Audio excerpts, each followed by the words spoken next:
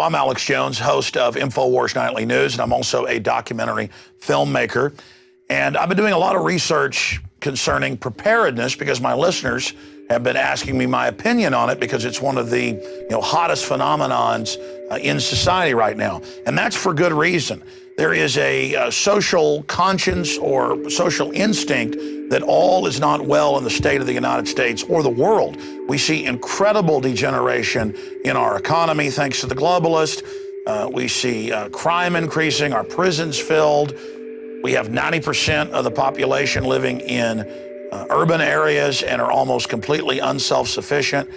If we have a Great Depression like they had back in the 1920s and 30s, it is going to be absolutely devastating. And so millions of people a month are buying guns at record levels. They're prepping, they're buying food, they're planting gardens. All of that is great.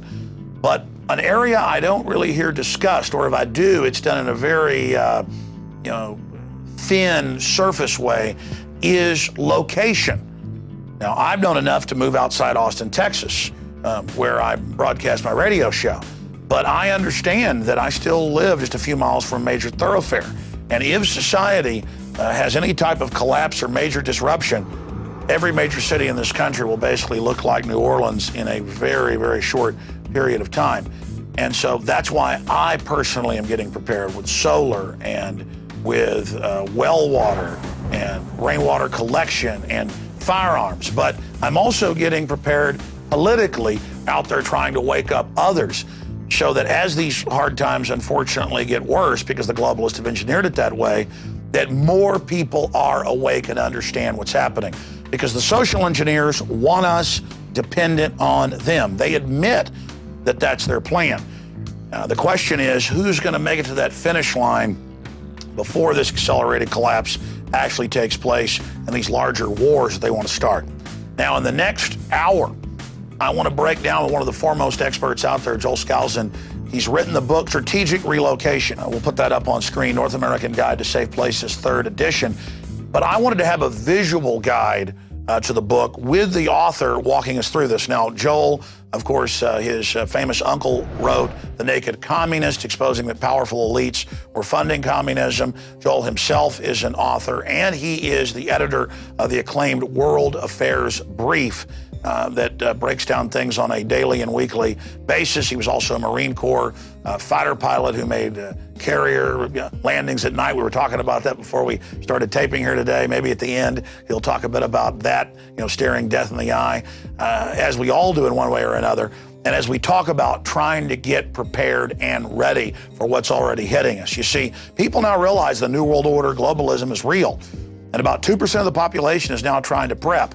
Most experts I talk to say that if 3 to 4 to 5% start to prep, that's going to drive up prices on everything and is going to put prepping and preparation out of reach of a lot of people. So it's important now to start moving in that direction. And hopefully we can reverse the tide of tyranny, and this won't be needed.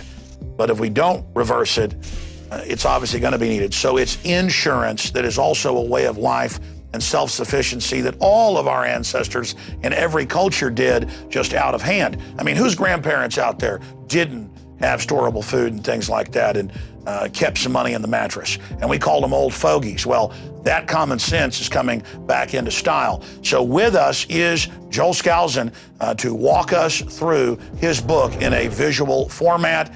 And this truly is the secrets of survival from one of the foremost experts. He also is one of the foremost experts in safe homes and consults all over the country and the world. Joel, great to have you here with us.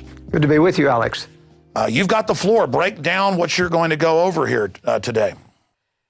I got this background on strategic relocation. My original expertise was in high security architecture. I was one of the pioneers in the field, wrote the book, The Secure Home. It's been in print now for 30 years.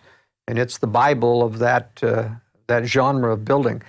But as I did so and designed and worked with people to help them build homes all over the country and even in some in Central America, I unknowingly became a judge of what was a safe location and what wasn't a safe location. And so about 2 years before Y2K hit, I wrote the book Strategic Relocation, the 1st edition. It's been a long gestation since there. The book has been selling steadily since 1998. But since this new third edition came out, it has all new color maps of every state in the Union, provinces of Canada, all of the regional threats, charts galore. It's the analysis in this book, as well as the graphics, that leads people through a complete understanding of every state, helps them walk through the decision process. Because frankly, this is not easy. It's not easy because very few people can go and leave their jobs and go out into rural areas where there's safety. In other words, security financially is the antithesis of security in terms of location, because the safest locations are where there's very few people, very rural, and that's the opposite of what you need to have jobs. But what happened in Y2K, I was one of the advisors to Gary North when he was really pushing Y2K, and the world owes a great debt of gratitude to Gary for warning about Y2K. In fact, the establishment laughs at him now, but they took his warning, they fixed most of the problems, and didn't give him credit for the fact that he goaded them into it. But there were a lot of people in Y2K that said the end of the world is coming, I'm bailing out of society, going out to rural. They bought a lot of survival equipment, generators, food storage, etc. And when it didn't happen, it did happen. There was about 5 major events that the media covered up. But really, the infrastructure stayed together. And about a year later, I started to get calls from people saying, Joel, I hear you do consulting and strategic relocation. I'm out here in Podunksville, and I've run out of money. Self-sufficiency turned out to be a lot more expensive than I thought. What do I do? And I said, I hate to say this, but you got to go back into society. You got to reestablish your financial lifeline. And then you got to do this all over again properly, carefully, using contingency planning rather than just bailing out. Now, there are some people who can live anywhere, who can live off of a computer and who can go anywhere they want, live in a rural community. But even them, and I was one of those that did that myself, I took an airplane and I flew all around the country and I picked out the most idyllic spot in Oregon, the Hood River Valley, moved my whole family there. And then it came time, we had homeschooled them all, it came time to college, and I realized there's no way to give these guys a college education in Ruralsville. And I actually had to move the family back to another safe location that was near a metropolitan area so that I could provide education. So you see, even for a survival expert like myself, it isn't a clear-cut, easy choice. You have compromises that every location has. But the first process I like to take people through, which I'd like to do in this interview, is how to engage in strategic thinking. Most people, and I can't blame them, we're victims of the world that we live in, but we live in a world of illusions. Now, those illusions of prosperity have somewhat broken since 2008. But in fact, people still think that things are pretty good. Restaurants are full, the movie houses are full, people are still spending money. We have kind of a segmented selective recession, selective depression. There are people who are out of work, who are really hurting, who can't raise their money or their income to match inflation. And there's those people that are on the receiving end of inflation, 2 or 3 steps down from the government putting money out. But they live under the illusion of prosperity, that these things are coming back. Every night on the nightly news, as you know, the business people are always hyping recovery is just around the corner. They've been doing that for 2 years now, still not here. But in fact, there are signs of an inflationary recovery starting. And it's a combination of a couple of things. One, we have sat for 3 or 4 years not inflating, not going into deeper debt, at least in terms of the consumers, and that's been healing the economy slowly. It's been getting people used to what I call the real economy. That is not based upon consumer debt completely. It's based upon people's disposable income. And at the same point, we have had consolidation of bad properties, bad values. These things are being liquidated through foreclosures, and all of that's healthy. All of that should occur. And in fact, the economy would heal if they wouldn't try to pump more money into it, recover. But I suspect, my analysis is that we're going to see one more bubble that they're going to create. And it's limited. It can't get as high as the previous bubble because we're facing what's called stagflation. The only tool in the toolkit for the globalist, for the Fed, is inflation. But they're limited because if they go much over 10% inflation, they start to strangle the people who can't adjust their income. And as that economy and the deflationary effects take over, it balances out the inflation and keeps inflation from getting to hyperinflation. To get to hyperinflation, and that's one of the biggest misnomers in our society, is that there's going to be hyperinflation. You really have to have two things. You have to have a fairly modest supply of money that you can double and triple fairly rapidly. We're well beyond that. Got a base in dollars worldwide of anywhere between $200 and $300 trillion. It's not very easy, even for the Fed at $10 trillion a year, to double or triple the money supply. Second thing is you've got to have an automatic injection mechanism where government increases everybody's income so that they accommodate inflation. That's what happened in Germany. They started taking over the payment of wages when France was... Instead, we've got a depression in the economy, and then they've done some inflating, but mainly just to pay off some of the big banking debts. Most of the inflation has gone into what I call the speculative economy. It is funneled through the investment banks that goes into their people, and that money isn't going into the real economy, maybe 20%, but most of it's churning in the stock market, churning in the Forex, foreign exchange market, and that's why it isn't getting here, and that's why the stock market keeps ballooning up. It's a separate economy that they built, what I call the speculative economy. So what I'm saying is that we hear a lot in the prepper community. There's a show called Doomsday Preppers, and of course it's hyping ridiculousness and poking fun. But there are some legitimate people in here who have done a tremendous job at preparing. But I have to chuckle a little bit when I've seen some of the shows because of the reasons they give. Almost 90% of those on Doomsday Preppers think there's an absolute total economic collapse coming within 9 months. And even though fundamentals, Austrian economics would say that has to happen or it's true, they underestimate the powers that be who have these power to create and control money, banks, and the press. And new mini bubbles. That's right. They underestimate the power of the powers that be to keep this economy floating by adjusting the rate of inflation, balancing inflation versus depression. Sure, it's a slow, rotting slide. That's what the globalists admit they want. They don't want big events that could wake up too many people. Exactly. But that brings up my next question for you, then I want to get into the presentation that's so important here. Why do you think then so many more people are getting ready? Well, part of it is that they don't understand the nature of the conspiracy. They don't understand that there is a great, powerful force, not only to take down liberty, which is what their agenda is, but to make sure that they don't get the blame for it. So they're going to they blame it on everyone. They blame it on the free market. They blame it on business cycle. It's not the business, it's the monetary cycle created by the Fed. And ultimately, these people are going to escape blame because they're planning a war for us, a third world war, a nuclear war, which in fact will wipe out a great deal of the financial centers and let them to walk away and say, it wasn't our fault. What's the strategy on the Arab Spring and putting Al-Qaeda and Al-Qaeda Light into Libya and all these other countries? The big agenda on that is a little bit complex, if you'll bear with me.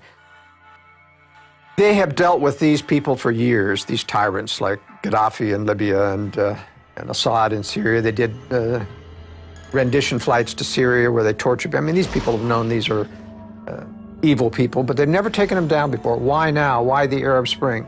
It isn't because of democracy. It isn't because they want those people free. In fact, they're not free. Egypt has yet to achieve any kind of freedom. Libya is still in factionalized infighting, not going to be free. You got a lot of Arab nationals and radicals, a lot of Muslim fundamentalists running this show. They don't have an agenda about letting people do what they want.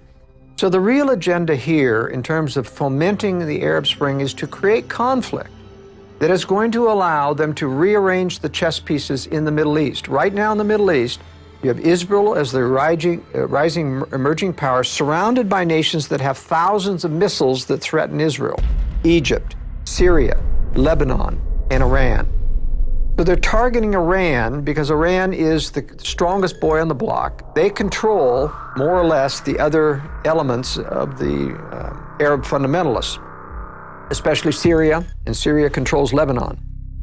If they attack Iran, if they get Iran out of the picture, of course they know that Iran will retaliate before that attack is complete. That retaliation is going to give Israel an excuse to launch out militarily and bring the U.S. in, because the U.S. troops being in that area will get struck as well. Once we're bloodied, we have an excuse to come in. I think they're going to take down most of Israel's enemies in this next Middle East war. And they're going to neuter Iran, not by invading, because we can't afford another invasion. It would be very unpopular, like Iraq and Afghanistan is. But I think what they're going to do is not just go after the nuclear weapons or the nuclear enrichment center. There are no nuclear weapons in Iran. But they're going to use the same excuse to take out all the military infrastructure and take out a lot of the civilian infrastructure, bring Iran to a third world country, right now a second world country, and neuter it, get it out of the way so that it's not a problem. I think, in fact, they're going to take Syria down before then, only because if Iran retaliated, Syria will also retaliate. It has the most weapons nearest to Israel. Israel would take a tremendous hit. Their Arrow anti-missile system is not capable of stopping the thousands of missiles that Syria can put out there, combined with those in Lebanon. And if Egypt joins the ranks as well, it could be really devastating for Israel. So I think they're going to take Syria out before. That's why they're engendering all of this foreign invasion of supporting the rebels, and why they don't give Assad credit for anything, including a ceasefire. They continue to exacerbate that ceasefire, as you've reported on your news very, very well. And so getting the Middle East out of the way is just a prelude towards the larger war they want to start. But it's part and parcel of the larger war, because part of that is you've got to build, Russia and China, who are going to prosecute this war against the West, need to have an excuse so they don't look like aggressors. That excuse is being handed to them by our globalist leaders, by this intervention. The underlying cause of all of the intervention is the desire to give the West the reputation of the bully of the world. And that's what they did in the Slavic countries. That's why in Serbia, in the attack, they went after civilian infrastructure to create hatred against Americans. Americans were popular in Russia and in Serbia and other until they went after civilian infrastructure, bombed bridges and power plants and television stations, not just military targets. Israel did that same thing in the last invasion of Lebanon. They went after civilian infrastructure. No need to do that except to antagonize the population. And you say, why would anyone want to antagonize? People have to understand that there's systematic evil in the world. This isn't just one bad guy looking after his personal interests. This is systematic evil that thinks in strategic ways. We have to learn to think strategically. It's a three-level chess, and it's a stratagem, a deceptive stratagem. That's right. And the stratagem is, we're going to antagonize the world. It hands Russia and China the excuse to say, we went to war with the West so that we could stop the bully of the world, and the world will applaud. Just as most of the world applauded when Bush, got out of them. That's why we learned it was really the CIA that leaked out the Abu Ghraib photos, who'd actually ordered it. That's exactly right. I mean, all of it is systematic, and then put America's name on the globalist agenda. Incredible. You're watching the film presentation of Strategic Relocation with Joel Skousen and myself, Alex Jones. We're going to go right back to it here in a moment at prisonplanet.tv. But I want to encourage all of the viewers out there to think about what's just happened in the last week and a half. And of course, we're talking about Hurricane Sandy and now the election. This society is incredibly complex, and when anything gets disrupted by an election or by a storm, society degenerates very, very quickly. And that's why it's important that even if you're going to live in a big city, to know the escape routes that aren't going to be used like the major thoroughfares that are going to turn into death traps, major highways and things like that. And to know about different regions of the country that are statistically safer if things ever get so bad that you decide to emergency relocate. It's about thinking about our surroundings and being aware. And this is a process that I've gotten deeper into as this New World Order engineered collapse accelerates. That's why it's important for everyone watching this video presentation to get the DVD at InfoWarsStore.com. When you do that, you're not only supporting our operation and what we're doing fighting the globalist, more importantly, you're getting a hard copy of the film with the expanded extras in a higher res quality so that you can also show it to your friends and family. There's also, of course, the internet kill switch they're designing more and more systems to delete videos off the web, so it's important to have a hard copy as well. But not just a hard copy of the film. The book Strategic Relocation, 3rd edition, that is brand spanking new, has hundreds of color maps and details those escape routes, goes over a list of countries and politically how safe they are or how dangerous they are, and the different attributes and problems associated with it. It gets into so many different angles that we also cover in the film that's coming up here. But again, it is so important for those of us that are aware of what's happening in this world to get even more prepared, and then to teach others how to be prepared. Because the globalists do not want you being prepared. They want you dependent so they can control you. This is what Stalin did with the kulaks in areas of Eastern Europe when they took over, cutting off the infrastructure and making them starve to death in Ukraine and other areas. This is what Mao did with the Cultural Revolution and the Great Leap Forward from 1949 and on. This is what Hitler did to occupied areas. This is about consolidation, because the name of the game is control. So we have the film Strategic Relocation. We have the book Strategic Relocation that everybody should keep in their car for just the road maps alone. And there is Joel Skousen's book, The Secure Home. We have all of these publications discounted with free citizen rule books with every order at InfoWarsStore.com. This is a win-win-win-win. You support our operations to get the news and the truth out when you buy books and videos and t-shirts and things from us at InfoWarsStore.com. You get hard copies of this key information to educate and inform yourself to a higher level, to then force multiply that to your friends, your family, your neighbors, your community. And I'll assure you, even if you're a Special Forces veteran, you will learn something from these books. Even if you are a woodsman or a huntsman, you will learn something from this information. Because Joel Skousen, I've researched the work he's done, and quite frankly, it's amazing that he's built houses in all 50 states, that he's consulted all over the world, that he's lived in many of the countries that he breaks down in this film and in these books.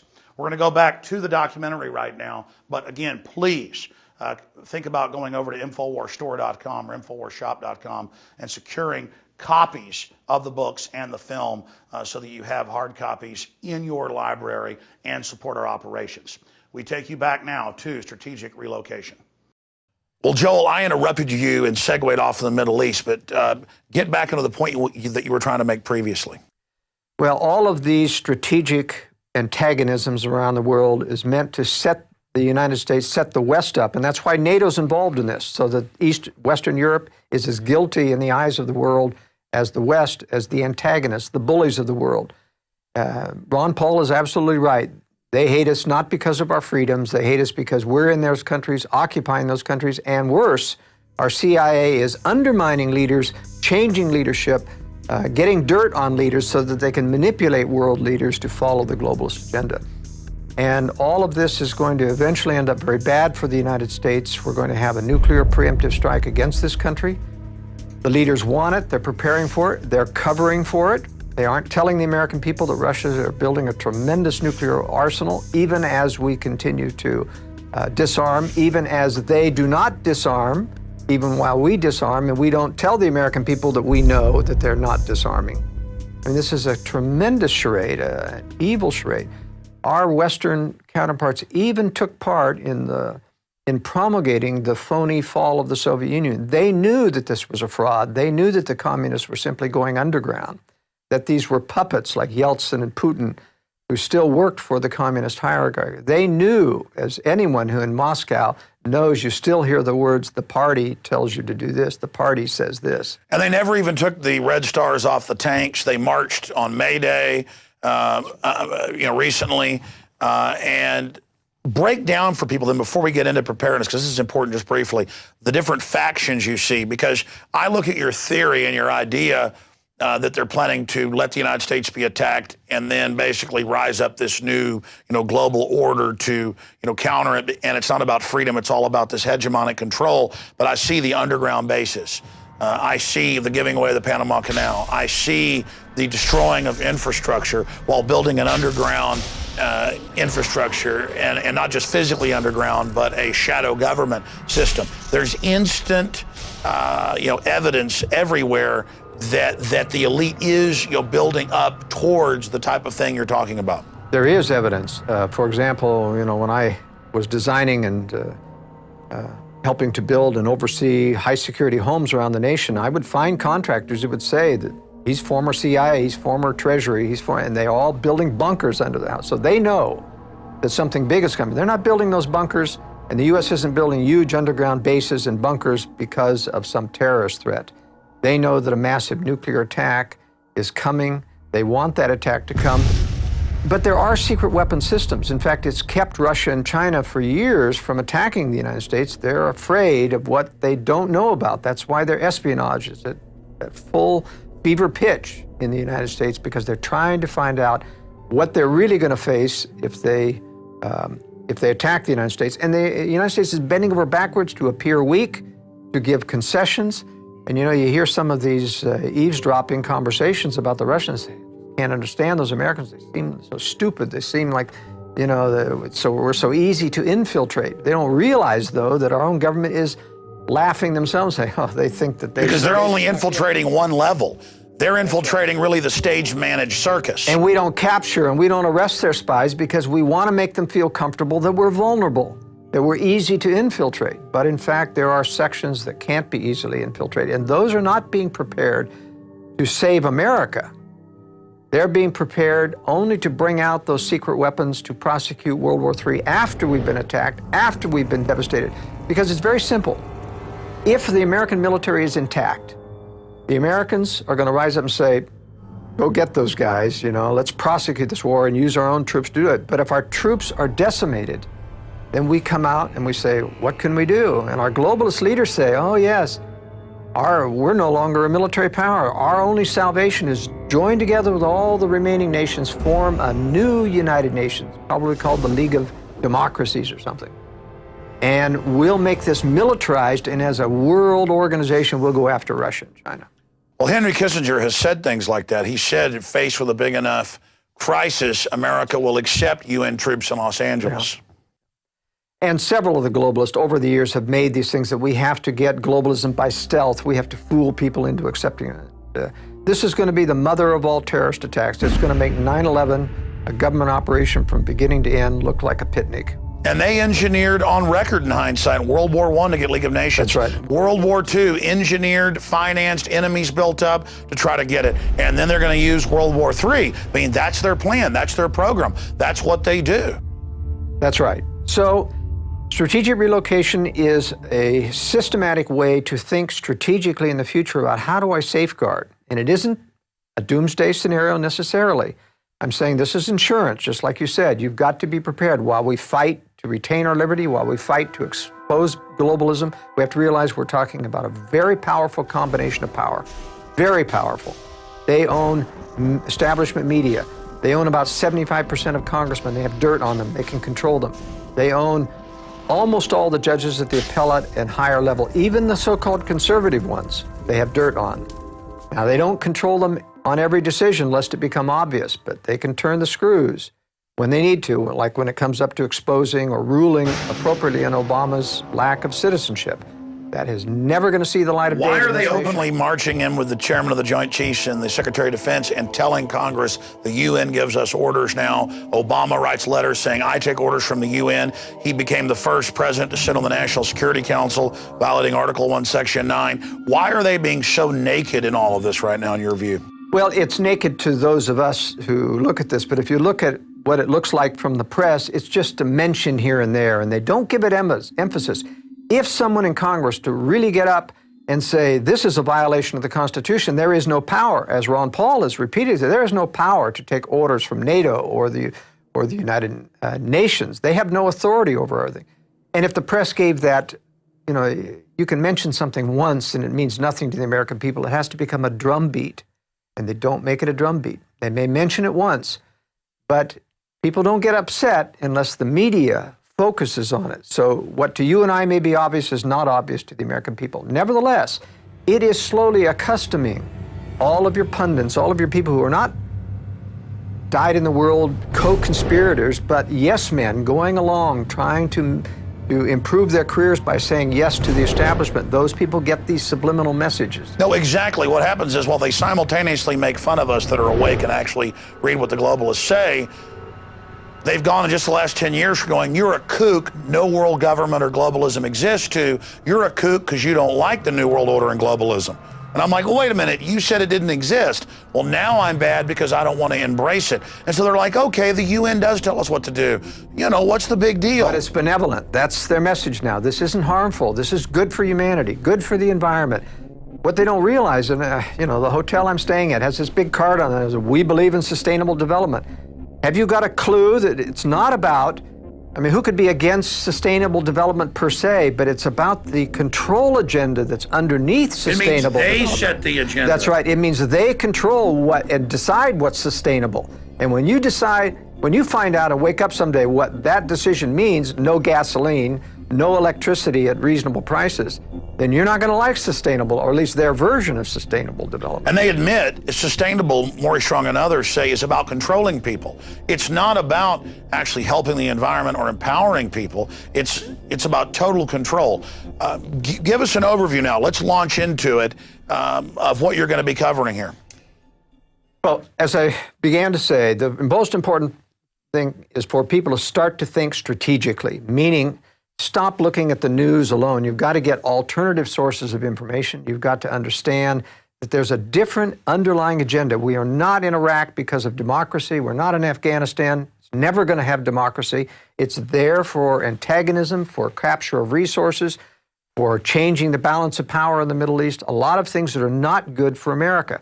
What this means is, eventually, when these illusions are stripped away, when this war finally rebels against the United States, in one day, America will go from day to night. And if you haven't prepared in advance, there's not enough time to prepare in 24 hours, even if you saw it that early. Now, it's important not only to not be on the last train out of town, and most people won't even be ready and won't be able to get out of town when any of these nuclear weapons fall, because there'll be absolute panic. There's going to be instant social unrest because nobody is prepared. FEMA can't even hope to handle a national crisis of this emergency any more than they could handle Katrina. Don't even think about getting on the freeways. They'll be instantly clogged. You have to have either got out of town sooner or be prepared to hunker. But that would happen 2 or 3 months into a serious collapse depression. I mean, if you go back as I introed, and I know you're going to talk about threats later, but if 90% of people were on the farm in the Great Depression, and most of them self-sufficient, and now right at 90% are in the cities, and half of the 10% that are on a farm are self-sufficient, 5% self-sufficient versus 90% or close to it. And I was reading that 7 million people died of starvation or complications from malnutrition in the decade of the Great Depression. I mean, my God, if there was a true collapse depression, wouldn't need a nuclear attack on the U.S. It's true, but the reason they need a nuclear attack is that a depression wouldn't foment a globalist agenda. Whereas if you destroy a nation militarily and you feel threatened, then it's much easier for someone to say the solution is a globalist combination of power to counter this evil power of Russia and China. Basically, you attack and kill the old republic, pose as the savior. America runs into the arms of the New World Order. That's right, and that doesn't happen with an economic collapse. And besides, if you have an economic collapse before war, they get the blame. They don't want the blame. And you're thinking strategically how the globalists operate. What you've said does fit in to the stratagem that I see them carrying out. But talking about it, if 50 million people saw this video, that might stop them. It might. I mean, your work, for example, at Infowars.com has done a tremendous amount to influence, for example, the TSA, and they're bending over backwards to still continue to grow their agenda, but without offending as much, and they keep promising. They are afraid of the backlash that comes from knowledge, and that's part of the reason for my writing the book and part of the reason for going out on the limb talking about issues that are sensitive, like conspiracy against liberty, about nuclear war, things that nobody in the mainstream, there's only 2 or 3 of us analysts in the United States that are openly warning that there's going to be a nuclear war with Russia and China. And we have access, the government has twice as much information as we do, and they're absolutely silent. fact, I've had intelligence people from the Defense Intelligence Agency tell me we have orders never to criticize Russia or to reveal anything we know about Russia. Now, why would you do that? You weren't trying to cover for a nation. If they're supposedly down and out and our friends and our allies, why would you need to cover? Meanwhile, Putin's constantly bragging about the new hypersonic Tupolev that can dodge everything and rolling out new jets. And the Chinese president said prepare for war with the U.S. just 3 months ago. Yes, the Chinese are a real problem, and they're going to be a problem for Russia someday. It is my theory that, in fact, during this war, even though China will start as an ally with Russia so that it has an excuse to capture the entire Pacific Basin from Japan all the way down to Australia, and that's why Australia and New Zealand are not good retreat places, because they will be occupied by China in the next war. Nevertheless, they'll not necessarily treat everyone harshly because they know that they're going to switch sides during the war, attack Russia's rear, play like they're allies of the West in order to get more aid and trade, and then after the war's over, they'll become the new Cold War enemy. That's my theory. And so I think we're talking about three predator centers of power: Anglo-American establishment, Russia, and China. And they're not controlled by one another. They're independent predator centers. They're all each trying to develop their version of a new world order controlled by them. But they will make temporary alliances and induce one or the other to attack. That's what we're seeing. Well, exactly. They take whatever the most abusive form of social engineering is from the others and cobble them together. And the Chinese communists are always saying, it'll be our new world order. And the Russians go, no, ours. And then the Anglo-American European system, it'll be ours. And it's just a rush towards evil. Now, going back to strategic relocation, the major threat that we're going to face, and this is I take a great deal of time in the book talking about threats, because part of thinking strategically is understanding what the realistic threats are. And I'm not just talking about tornadoes and earthquakes or tidal waves. I'm talking about the longer-term threats that come mostly from what you correctly surmised is the movement of people into population centers, the urbanization of America, which, of course, the environmentalists want everybody urban. But it's totally short-sighted, because if everybody's urban, no one can be self-sufficient if you're urban. You can't grow enough food. You can't get your own water. But it's short-sighted if they really meant well. They admit in Agenda 21 that the plan is to have us in controlled areas, and that's why they're attacking the Amish and everybody. They don't want real sustainability. Yeah, I think that's right. They actually want people dependent on government. It makes them very much under their fist, and that's where we're all headed by being lured into high-rise, urban, eco-friendly, pollution-free cities. Well, it's not going to work out that way. The greatest pollution of all will be a stinking city that's cut off from food and water and starts to rot, and rot very rapidly. Now, you don't want to be part of a major metropolitan area when that happens. And so this is the crux of what I teach people in strategic relocation. How, because people mostly have to stay within population centers to earn a living, but how to prepare contingency planning so that you can get out into retreat areas and have the information, the forewarning signs to know how to do that. And that's really the only way to survive.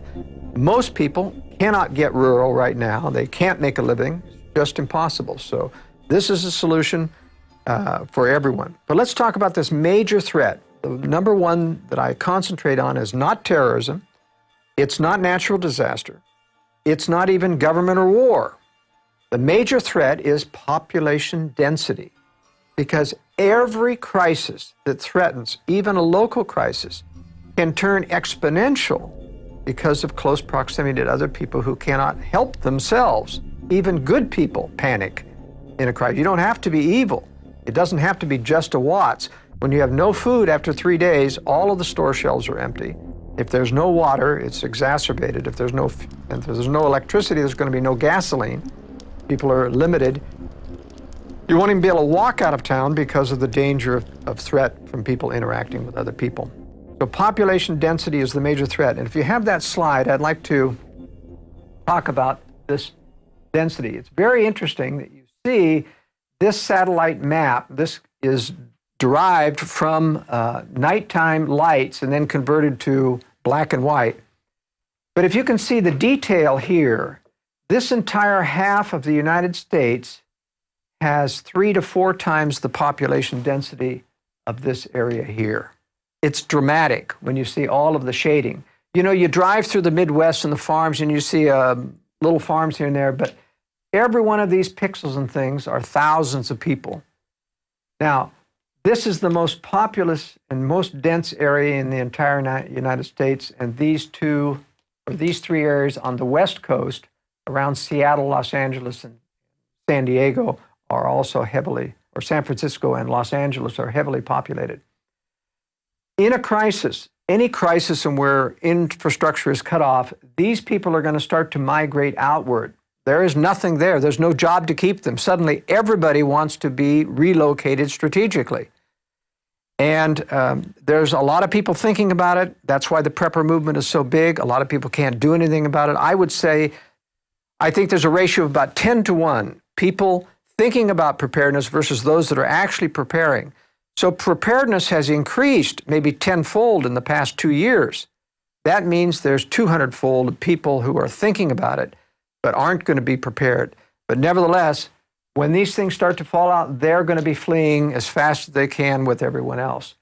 And so it's important to track how those people are going to leave those major cities when you make decisions about leaving, especially if you decide that you're going to move out into the periphery of these areas. You've got to be very careful to make sure that those outflows of refugees Well, that's aren't grapes coming down of your road. wrath. I mean, during the Great Depression, my grandparents, people talked about just people walking down the roads and begging, can I chop some wood for some food? They're like, we already have people chop wood, but here's a little food. But by the end of the Depression, they'd almost hunted out all the squirrels, all the deer. And my family were landowners and upper middle class, and they almost lost everything in the Great Depression. And that was just a depression that the elite engineered to consolidate power. I mean, my gosh, under Agenda 21 and all this, once the public figures out they need to get out of Dodge, it's too late. We also have the example of World War II. World War II in Germany, we have the example of the Russians coming in, and every German city was being emptied out to get away from the Russians. They did not want to be occupied. Literally, entire cities were emptying out, taking to the roads. And so we know how far they go far afield of the roads trying to get food and water and hitting the farmhouses. And basically, it was within about 5 to 7 miles apart from every road where those farms would all be looted. And so you have to take those kinds of things into consideration when you're considering, yes, going rural, what may look rural. That's what I call strategic thinking. Can't just think about how nice and idyllic it is in rural Austin, out in the suburbs. You've got to look, how far am I away from a major county road that goes out there and that's going to be streaming with refugees. There's going to be famine. They're going to be out of water, out of gas. They're going to start spanning out within walking distance. And that, for most people that are tired and hungry and modern day people, is about 5 miles. You've got to be beyond that so that people don't get to bottom line, I could have a place out in the edge of Austin that's, a decent house, but I've thought about somewhere really far out in the middle of nowhere in, the ugliest place possible, but where it has water and solar and buried food and guns, a shack. That's right. I believe in the concept of multiple eggs in various baskets rather than everything into one concentrated whole that could be compromised. So I think it is important, depending on your resources, to think that way. Now, even when you don't have the resources to develop your own retreat, people can, for example, double up with relatives, friends, and other people that they know that may live in rural areas, contribute a little bit of money so they can buy food and water supplies, put in equipment like solar and generators. These are things that you can do. That's what I've done. We've got a ranch, family property that goes back to Mexican land grants in 1830, but I've helped build a metal building, helped put in systems, helped pay for wells. And I probably wouldn't even go there during the collapse, but I really know this is a serious threat. And it's not like some insurance I buy and then if I die in a car wreck, my wife gets it. This is insurance that I may end up having to use. In fact, there's a good chance. So I would be insane not to be gearing up. One of the things that people don't realize about preparedness is that supplies are relatively available. A lot of technology, a lot of new stuff coming on the market. But I've been in this business for 40 years, and I'll tell you, it's a real roller coaster for suppliers of preparedness equipment. It's either feast or famine. Right now, it's feast, and supplies are tight because there's so much demand for them. But it's amazing how quickly people forget when prosperity appears to come back, if there's another inflationary upsurge and where people think good times are here and the housing is recovering, watch out. You'll start seeing they forget. People have incredibly short-term vision, Alex. They can't see or maintain a threat very long. If it doesn't happen in a year, they'll forget about it. That's the danger of all of the bogus prophecies about the collapse coming in 2012 with the Mayan calendar things. I can guarantee people it's not going to collapse in 2012. Well, that's right, but we'll end up getting blamed for 2012. I already have media calling me, national publications saying, so you think things are going to collapse? And I go, I've been on record saying that Mayan prophecy, as I've actually gone down there and researched it, even if people believe that religion, they say it just means the start of a new age or whatever. It's totally manufactured since the 60s and 70s by globalist gurus for people that are non-religious, basically, but superstitious, to believe it's the end of the world, so why should they get involved? It's just a way to stand down, kind of like the rapture stuff's been used and sold by the globalists, whether you believe in it or not, to make Christians stand down and not be involved, or Planet X, or a comet. It's always something's going to destroy us, so we never get ready for the real threat, the nuclear weapons, the fractional reserve banking, the 1,000 trillion plus derivatives. All of that is what could really destroy us. Biological weapons, super weapons, all of those things when added together, that's the real threat. And I see the elite digging in,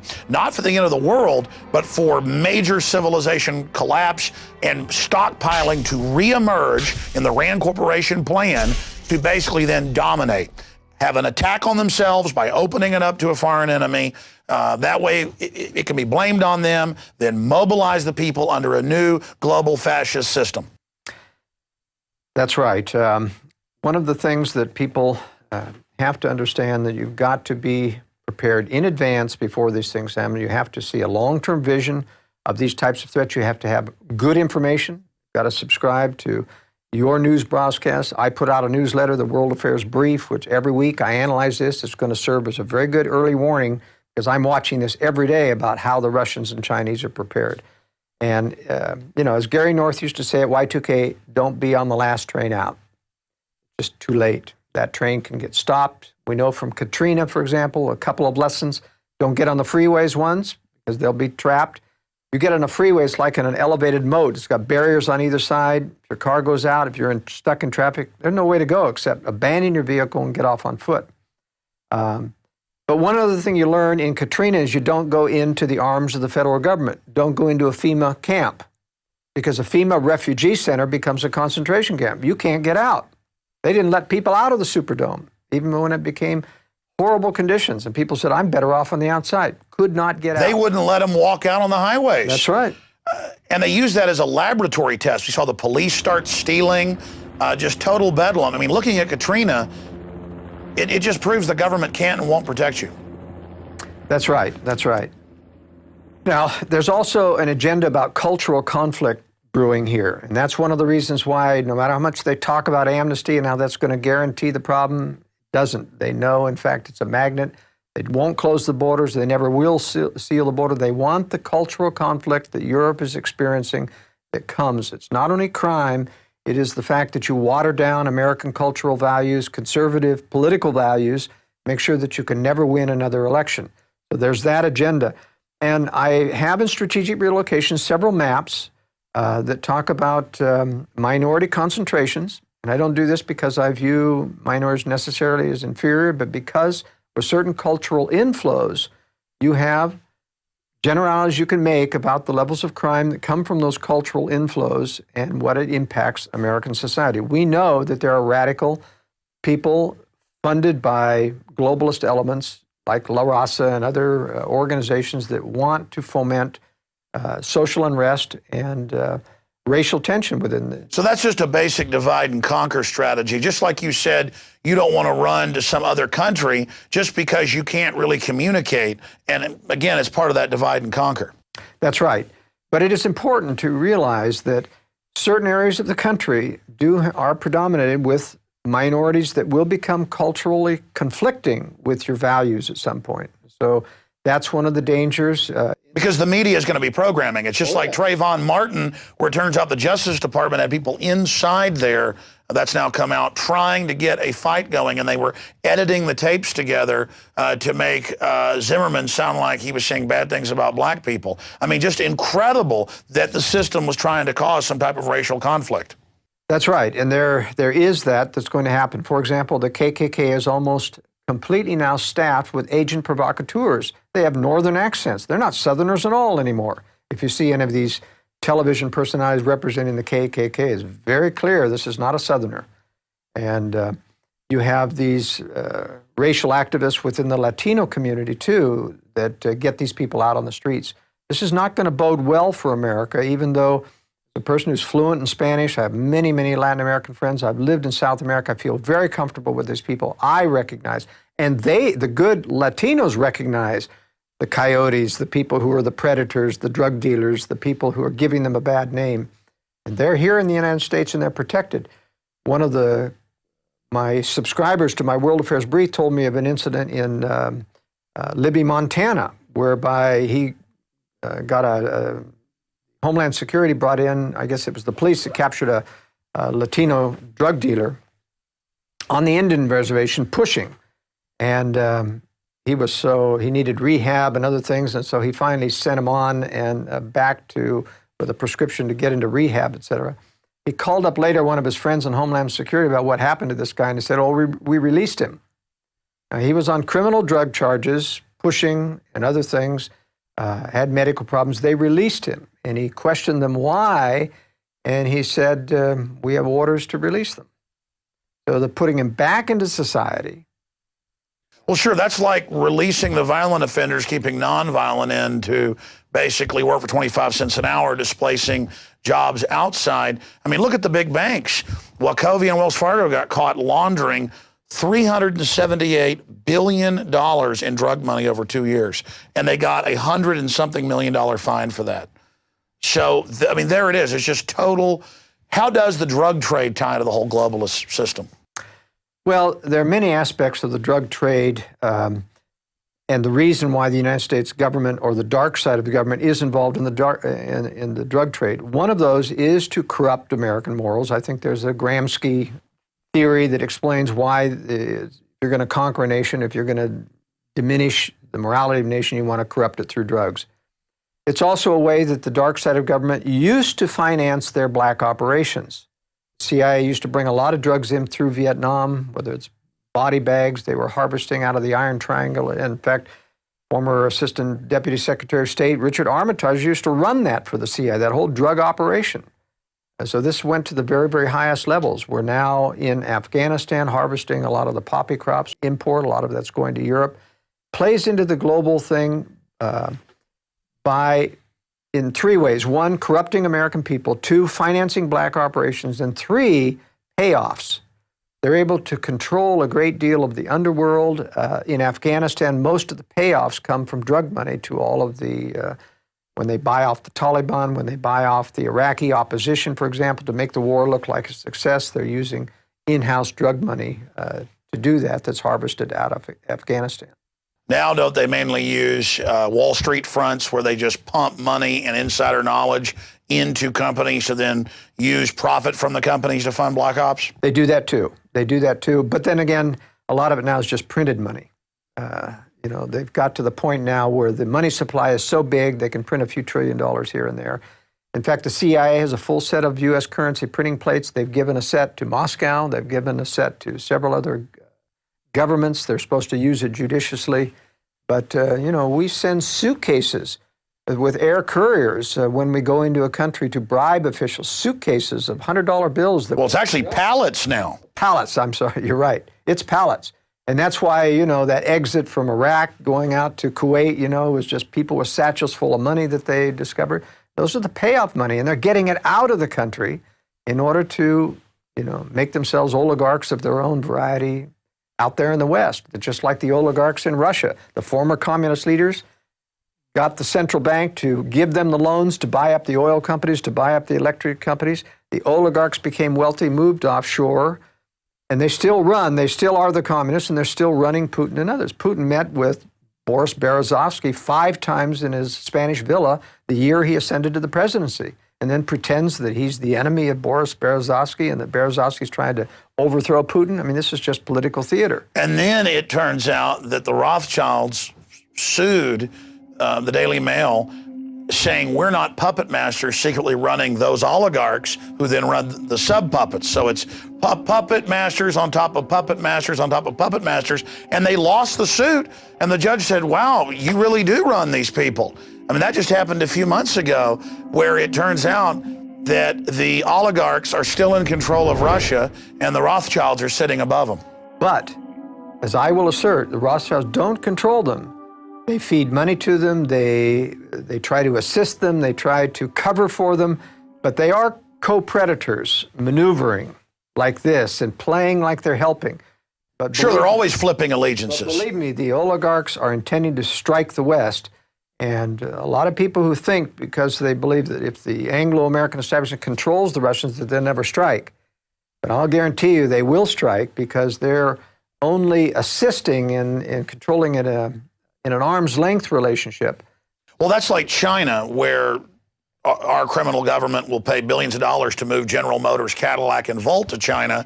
But then the Chinese president says, prepare for war with the United States. Because they don't actually control the Chinese. They're trying to maneuver inside. Why did China agree to the one-child policy in exchange for aid? I mean, I guess culturally, the Chinese believe they've got too many people, other leaders have said. Well, every globalist predator center believes in controlling population. Only Russia needs population. Everyone else is trying to destroy population, China including. They've got an agenda to eliminate probably at least 3/4 of the world population. Well, I was about to say, from my research, eugenics is what binds the communist Chinese predators and the Anglo-American predators together. And from my research, everything is a eugenics-based obsession, both with the elite are looking for life extension and other things, but also it just codifies scientifically their innate hatred of fellow humans. Well, one thing that people listening to this presentation may get out of it, and I know a lot of people get discouraged and say, what hope is there if these predators are so powerful and we're going to have a world war and we're all going to be destroyed? Let me make it very carefully clear that everything won't be destroyed in a nuclear war. I had someone write me after our interview that we had just a few days ago and saying, oh, gee, the Earth is going to be contaminated for 40 years after a nuclear strike, and so what use is there? I said, that isn't true at all. You're confusing a meltdown of a nuclear power plant, which has all these heavy isotopes that do stay and have a half-life that lasts even 100 years. They can be thousands of times more dirty than a hydrogen bomb going on. But a hydrogen bomb is relatively clean. It's just gamma rays almost exclusively, and they're dissipated within 3 days, 2 weeks at the max. Now, if there's more than one explosion over time, you might be in a shelter a maximum of a month. You can survive. The Russians intend to survive. The Chinese intend to survive. It's a matter of preparing. And a lot of people, have this apathetic, fatalistic attitude that I'm not going to prepare, I'd rather die. The problem is you don't die. You get sick, you wish you were dead, but you don't die. You continue to survive, just like Hiroshima. Believe me, with a nuclear attack right over a city, the people that weren't in the actual blast zone, 80% survived. It wasn't pretty. They went through hell. They survived. But wasn't that atomic weapon, of a more primitive design, and so put off more dirty? Even then, they survived, even though it was dirtier. The hydrogen bombs are much, much cleaner now. What I'm saying, it's imminently survivable. All you need is some protection overhead. What about neutron weapons? Well, neutron weapons are pure gamma rays, all right? And they're very intense. They're meant to radiate and kill. You get over 300 rads, and it starts to become fatal. And normally a neutron bomb puts out 1,000 rads per hour for enough to kill everybody within probably a 5-mile circle radius. So they're very dangerous. They will use some of those in a nuclear war, but it's the long-term residual fallout. There aren't enough rockets and warheads to cover everything and everything. Sure. I brought up neutron because it is perfect to keep the infrastructure but only kill the humans. And they claim that they decided not to build those in the late 70s, but from what I've been researching, that it's actually been built. The reason that doesn't work as the national strategy, though, is that you just need too many of them. You'd calculate 5-mile circle radiuses all over the United States to how many thousands, tens of thousands of weapons. They just don't have them. So you can't overcome a nation with just neutron and leave the structure. You've got to decapitate the military so a nation wants to give up and not fight. That's what the Russians and Chinese are betting on. Decapitate the United States and everybody's going to give up and say, whoa, we can't defend ourselves without the U.S. military. Joel, what's the time frame after the United States is attacked? I mean, how far out do you see this happening, and how fast until the globalists reemerge and try to create this counter New World Order to Russia? That's a very good question. The timing is dependent on Russia and China being ready, confident enough to do the strike, confident enough of finding out enough about our weapon systems or stealing enough technology that they feel they can compete. My estimate that that's at least till 2020 and beyond, not before then. In other words, I think we have time. For example, China needs a blue water navy to control all of the area that they're going to do on the eastern Pacific Rim. They are intending to wipe out America's Navy with nuclear weapons, which are very easy to do to carrier task forces. Then they plan to move theirs out and replace ours. A lot of people complain about my theory saying, well, theirs are just as vulnerable as ours. Not if the U.S. has been decapitated. Then it's a non-nuclear situation and you're back to maritime strength. That's what the Chinese did. They're at least 10 years out on getting a full blue water navy. Their 4 aircraft carriers won't be completed in 2021 to 23. Now, I'm not saying that I can guarantee that the strike won't come before then. People ought to be prepared well in advance of that. But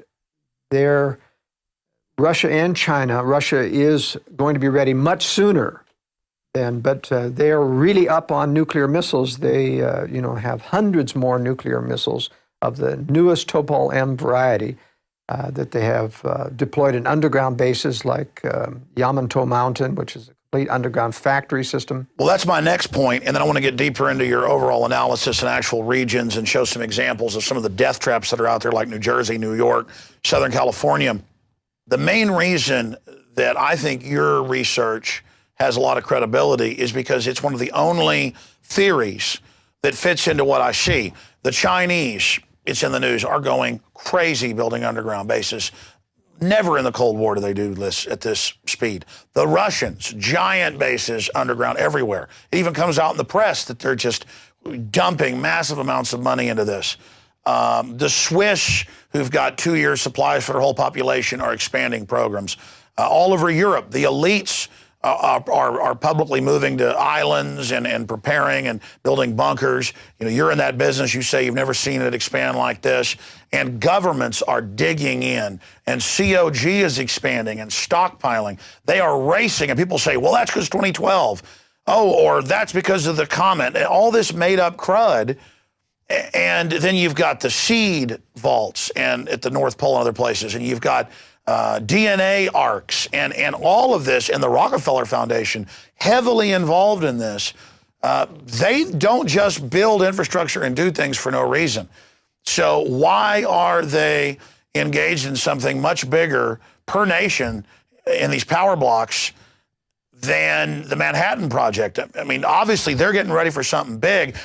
And I mean, is it a race-specific bioweapons? Is it a nuclear war? All I know is they're gearing up for something big.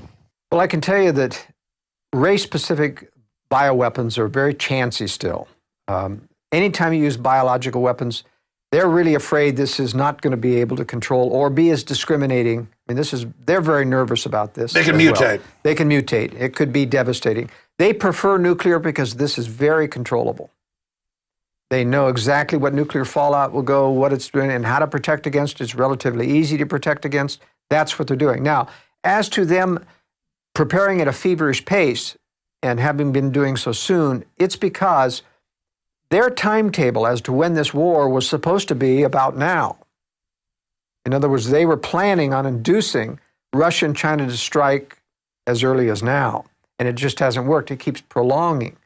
They were doing major disarmament in the 1990s, PDD-60, where President Clinton came out in 1997, told the nuclear establishment in the United States to prepare to absorb a nuclear first strike and not launch on warning.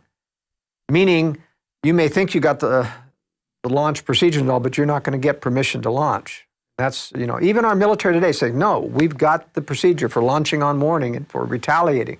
I said, yeah, but you can't do that without permission. You're not going to get permission. Well, that's right. Don't they have to give them the authentication code to then let them? So they don't really have it. They don't really have it until the White House releases the... And when did they change that? Because at one time they did, right?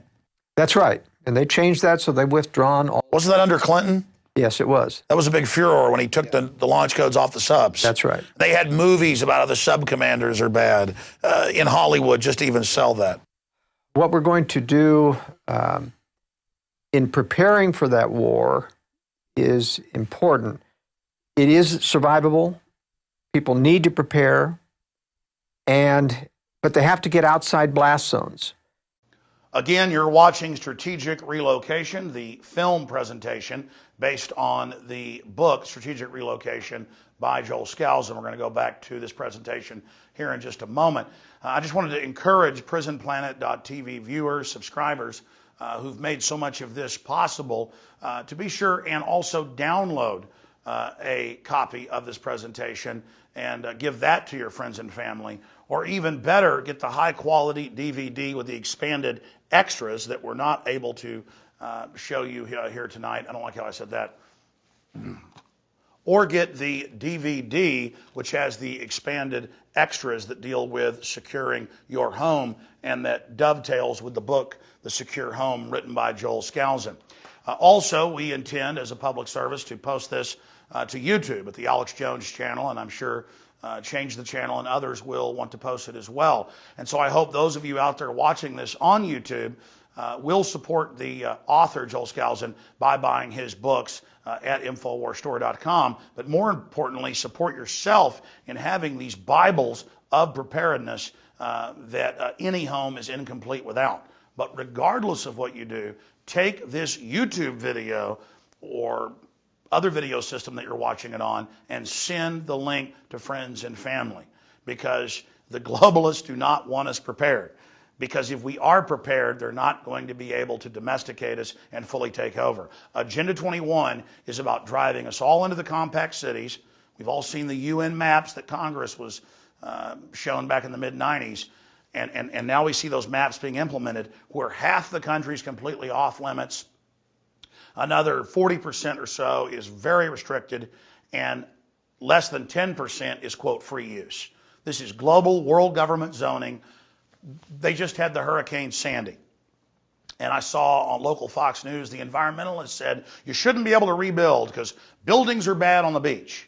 Well, it's about insiders only being allowed to build. So that's what this is all about, ladies and gentlemen. They want you under their control. And sure, even if you can't move to the safest zones in the U.S., there's a lot of options broken down here in this film and in the books. You can move to safer areas per capita outside your city. I commute in about 20 miles every morning. I live about 18 miles outside Austin, and then a couple miles into Austin is my office in South Austin. And that's not the perfect place, but Joel Skousen, in his book says the Hill Country is one of the safer areas, or the safest area per capita in Texas. But still, it's not perfect. But before I'd even read his book, I'd done my own research and decided that that was the safest area. And that's where a lot of the elite were moving as well. And sure enough, in my own research, dovetailed with his. But here's what's amazing. He knows areas all over the country because, again, he's built homes all over the country. Joel, you also in your book get into ethnicity maps. And let's face it, the globalists look at those and use the media to play groups off against each other. Take Trayvon Martin just recently. They edited audio together, the 911 call, NBC did, to make it sound like he was racist against black people. They sent Justice Department people in to the new Black Panther Party, it turned out, to call for race war. So during an emergency or in a collapse, they're definitely going to try to play people off against each other. And you break down maps of this in your book. Tell us about it. I do cover the cultural conflict issue as well as racial and ethnicity. And I show maps that show where high-density minority populations are. And I do this not because I'm racist, because I have many friends in both camps, but because those camps themselves realize that they're being manipulated by the media, by globalists. It's a very popular thing to play on race. it's not so much that they will use it, in my opinion, during a crisis as much as they will use it to foment crises. And they have for many, many years used the illegal alien. Whenever you get a strong movement in conservatives against giving amnesty, they hit the streets. Somebody's pushing those people out on the streets. ICE goes and does a raid on, and then they show all these kinds of pictures about the poor family members that are getting deported and little children are being left behind. This is meant, of course, to change law, to diminish one's ability to close the borders and have but ultimately, I think it's wise to stay away from large interculturally mixed communities, which can be used in a crisis to turn against you or to play one race against another. Well, that's like the gangs of New York. It was all white people. You go back 150, 200 years ago in New York, but the big city crime syndicate was always playing different groups, Irish off against English, Polish people off against Germans. I mean, that's what the British great game is divide and conquer. I mean, it's just that simple. And I notice on your map, though, population density is also where you have those big conflagrations of different racial groups. So it's pretty simple reading your book, and I can tell there's deep research because I've done research on specific areas, and wow, this is accurate. I mean, just amazing. But as you've told me off air, it's decades of research you're already doing, just basically concentrated down into one book. Yes, and it's important that people get ready to exit the high-density areas. That's where all the crime is. That's where all the regulation is. That's where all of the high-density urban planning is. That's where the racial tension is. People just have to plan on getting out of high-density areas. Now, for the people that can't, of course, there's the strategy of living near the periphery of those things so that you're at the least density ring. You can commute into it, get out of it. We'll talk a little bit more about that, about strategy. Let's talk now about picking a safe country before we get to the analysis of North America. I get a lot of calls, Alex, about people wanting to leave the country. The basic philosophy, their line of reasoning is, this is where the globalist leaders are, this is where the bad guys are, they intend to do many bad things to us, they're getting ready to lock people up, they're building concentration camps, I gotta get out of the country. And so let's talk about a little about international retreating and what are the various options and opinions and problems. One of the problems is that all of the international websites about retreating to foreign countries are run by expatriates. Expatriates are people with money who have left the country, living the high life in Costa Rica or Australia, New Zealand. And it's a very deceptive point of view because things aren't going to be like that in a crisis. You have to look strategically, think strategically about what's going to happen to these nations when a real crisis, and are they going to be reacting the same to Americans in their presence as now? So let's look at this map and talk about some of the regions of the world. This is a world population density map, and you notice how high the population density is here in the Far East, in the Southern Belt, in India, China, Indonesia, all of these countries, extreme high population densities. This is not where you want to be. It's a very bad place. Europe is also a crown jewel of beauty in the nation, but it's extremely high density. I had a call from Czechoslovakia asking for advice about how do I implement strategic relocation, or have you done advice about Europe? And I said, no, it's really a lost cause.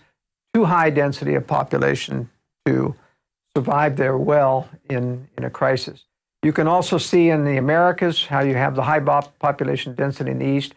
Mexico is very, very high density. So is Costa Rica, Nicaragua, Panama. This is the band here from Venezuela to Colombia, Peru, and Ecuador. The bright spot in these nations is Chile and Uruguay. Now, Uruguay looks like it has a higher population density, but in fact, most of that is averaged out. It's only along the coast. Very low population density here. These two countries are fairly free market and amenable to people. These nations, Costa Rica especially, has a great deal of affinity towards American expatriates there, but prices are rising because there are so many Americans there. What people don't realize is that in Latin America, almost all of the educated intelligentsia, bureaucrats in government are Marxists. and they hate Americans, especially after George Bush. So it's very difficult to count on these areas accepting Americans, not taking advantage of Americans. Argentina, Mexico, and a couple of other countries, Brazil and others, have confiscated American bank accounts historically in the past. Now let's take a look at the map of economic freedom in the world. It's very telling about power economically and governmental vis-a-vis liberty. This is a very, very telling map because even though population density showed that these are not heavily populated, and they're not very livable like in the jungles of Brazil, look at the economic freedom. These are terrible countries. Actually, China is only temporarily allowing some economic freedom, but it should be darker than this. I didn't create all of this or make the ratings. But look at Mexico, very, very highly regulatory. Costa Rica is a little bit better. Panama is a little better. Venezuela is very bad. Colombia is bad. Peru is bad, or Ecuador is bad. Peru, less bad, and Chile is almost white. Chile's the best nation of Latin America if you're going to migrate. Uruguay is next, small country, not as corrupt as Argentina. In fact, they play off the fact that Argentina is very restrictive about many things, including controlling wealth, and so they get the overflow of people leaving Argentina. Most of the high-density population international crowd lives on the coast. Prices are very expensive. They're in dollars. But here in the interior of the country, I've lived there for a couple of years. That's a real gem. Cheap property, wonderful people, a totally different country than the high-priced coast. There's nothing in Africa that I recommend. This is an anomaly in terms of economic freedom. It's actually just anarchy, and I don't consider that a very good bet for economic freedom. Europe, as you can see, has some economic freedom. This matches my highest recommendation in Europe is Spain in terms of a livable country. A lot of expat communities, Brits especially, that have located down on the Mediterranean side of Spain. But Spain has a good, friendly people, wide-ranging agriculture, and if you'll notice, like in the movie The Great Escape, when everyone wanted to leave Europe in a problem, they went through Spain. So Spain's my top pick in Europe. Australia has a fair amount of economic freedom, but once again, the problem with Australia and New Zealand, twofold: very difficult to get in and get residency, make you pay a lot of money.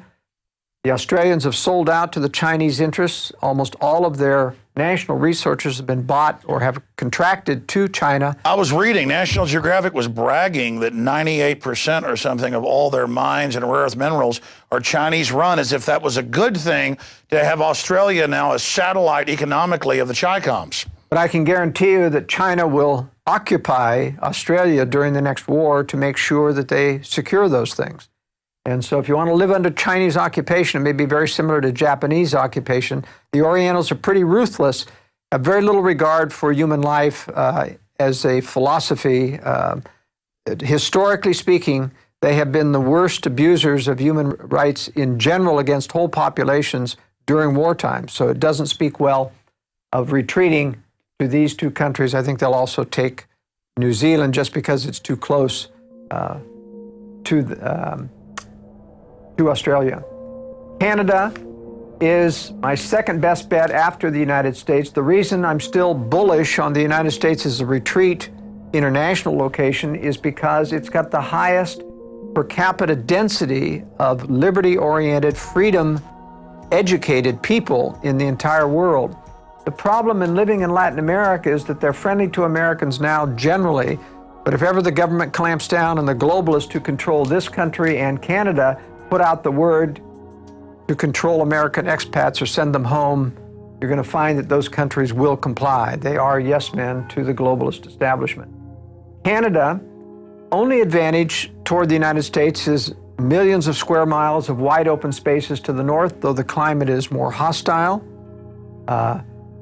The only acceptable strategy I find is living in border areas where you can go back and forth depending on what you need. That's fairly easy to do between Canada and the United States. I exclude the eastern portion of Canada because all of the cities, about 90% of Canadians live within 50 miles of the American border, and thus they become extensions of the American cities. How does Alaska tie in, or Hawaii? Obviously, Hawaii is not a place to be. Hawaii, I give a 0 rating, the lowest rating possible, because it is an island, because it's far away from the mainland, and I believe it's possible, if there is occupation in the United States during war, it's going to be Hawaii that gets occupied. It's a strategic outpost for military adventurism, and the Chinese would be foolish not to take it. So it's a possibility that China could occupy Hawaii. But in any case, even if it gets cut off, I've lived in Hawaii. I know that it depends on shipping every week to bring in food, gasoline. You're going to be out of those things. Even though Kauai is my choice of an island if you have to live in Hawaii because it can be self-sufficient, Oahu is not self-sufficient agriculturally. The Big Island is self-sufficient.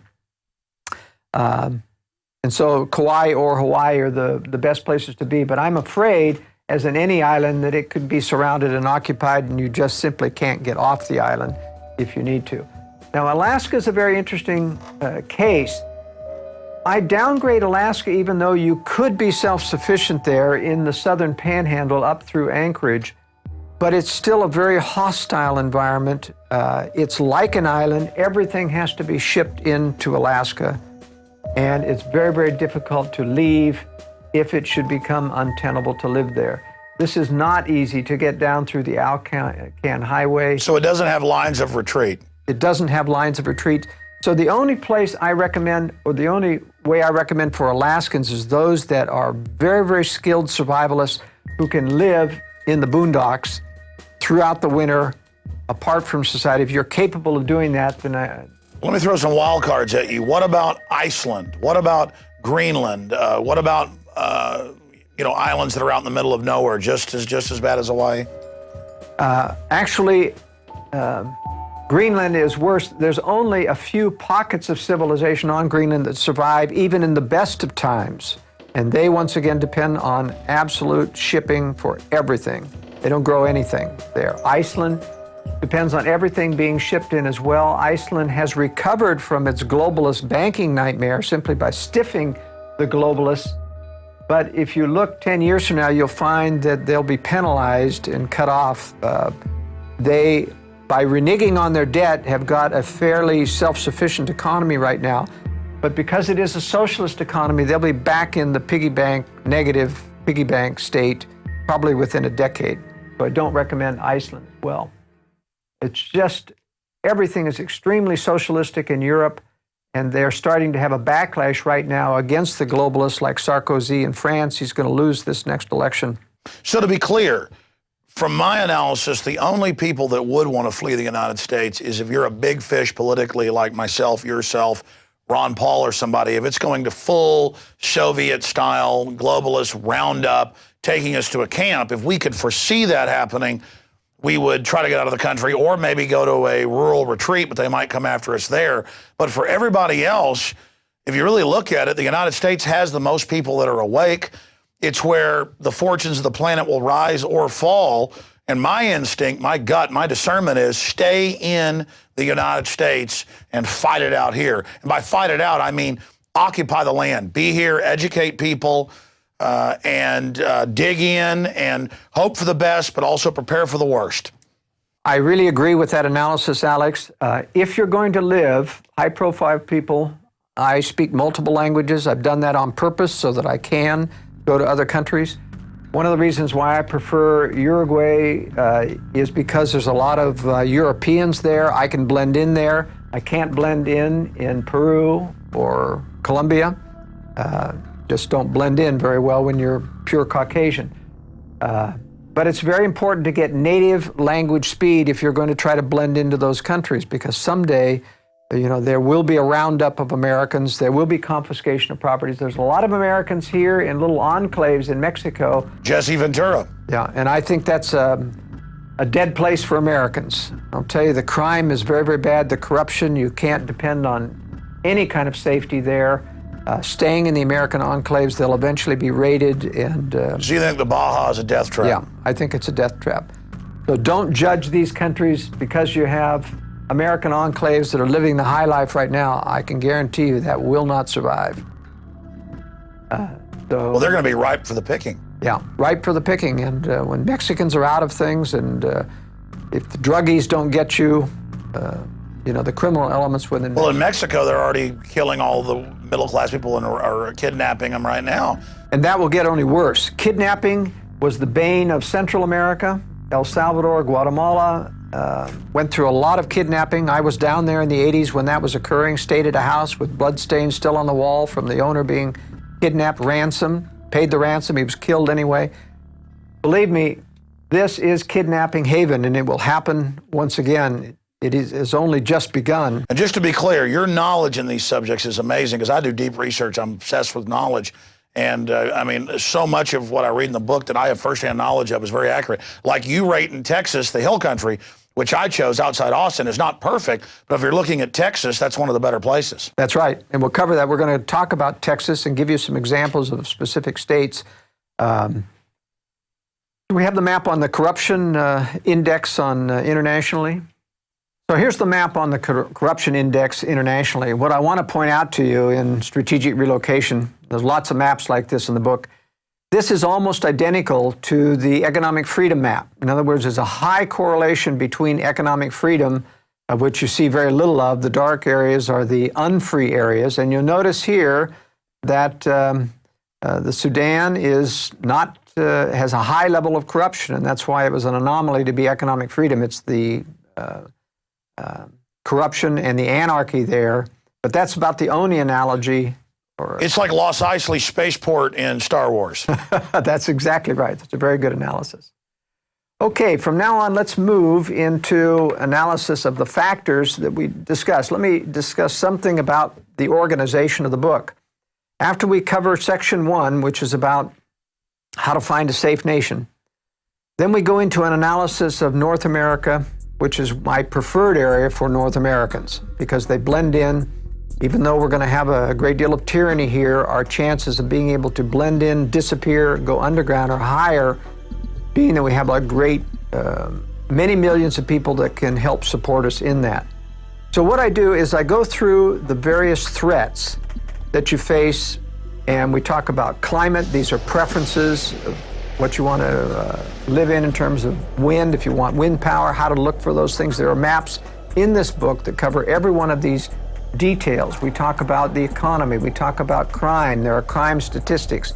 We have ratings of every city in every state on crime, and we talk about the different types of crime that there are. We talk about natural disasters.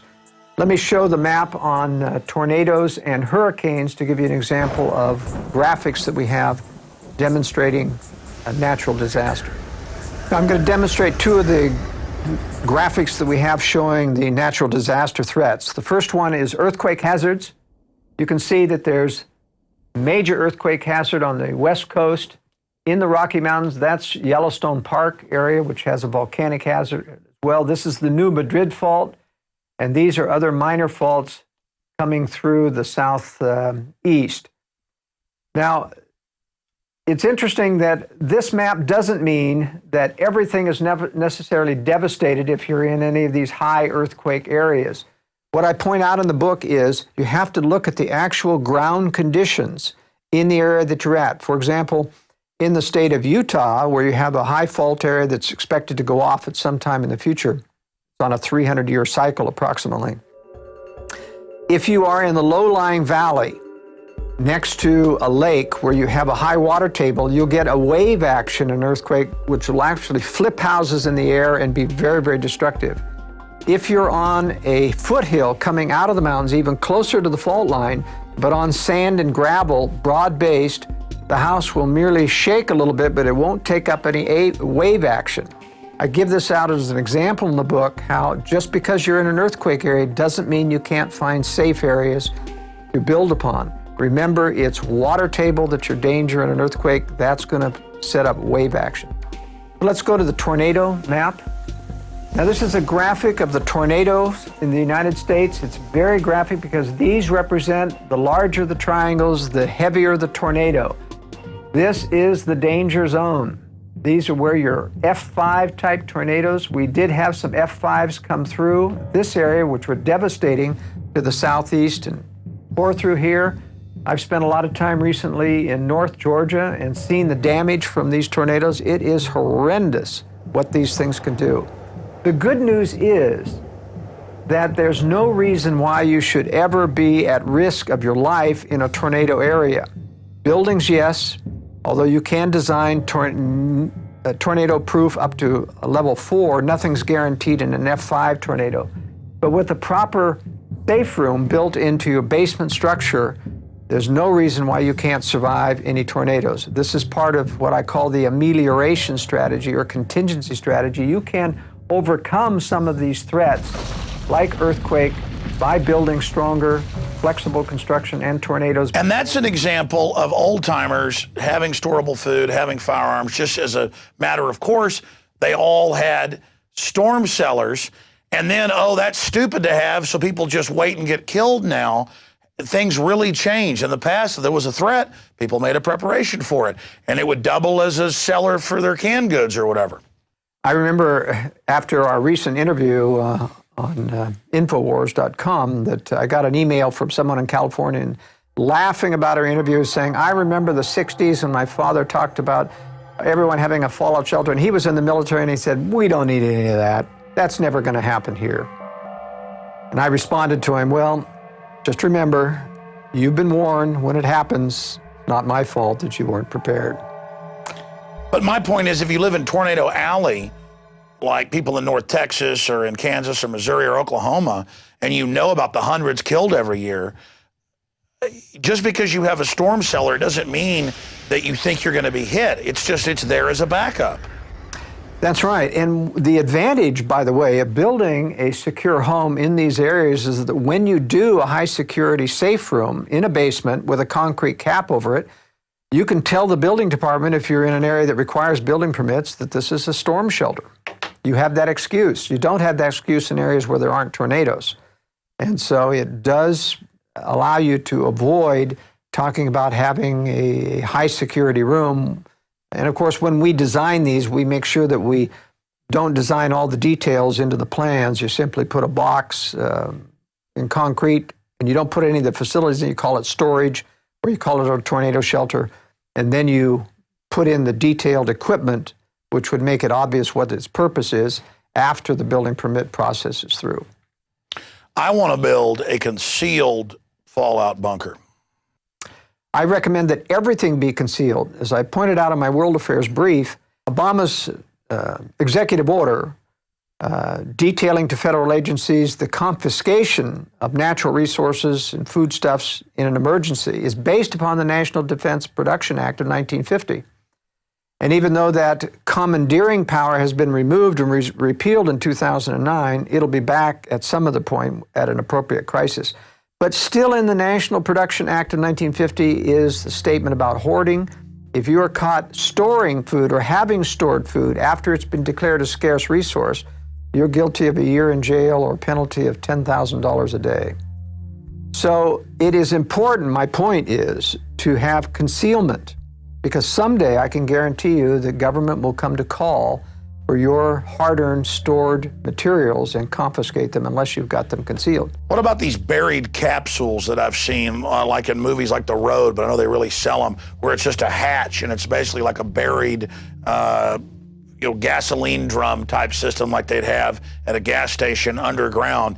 You know, you have the hole dug, then you have somebody place it, you cover it up. I mean, just for absolute emergencies. Is that one of the more inexpensive ways?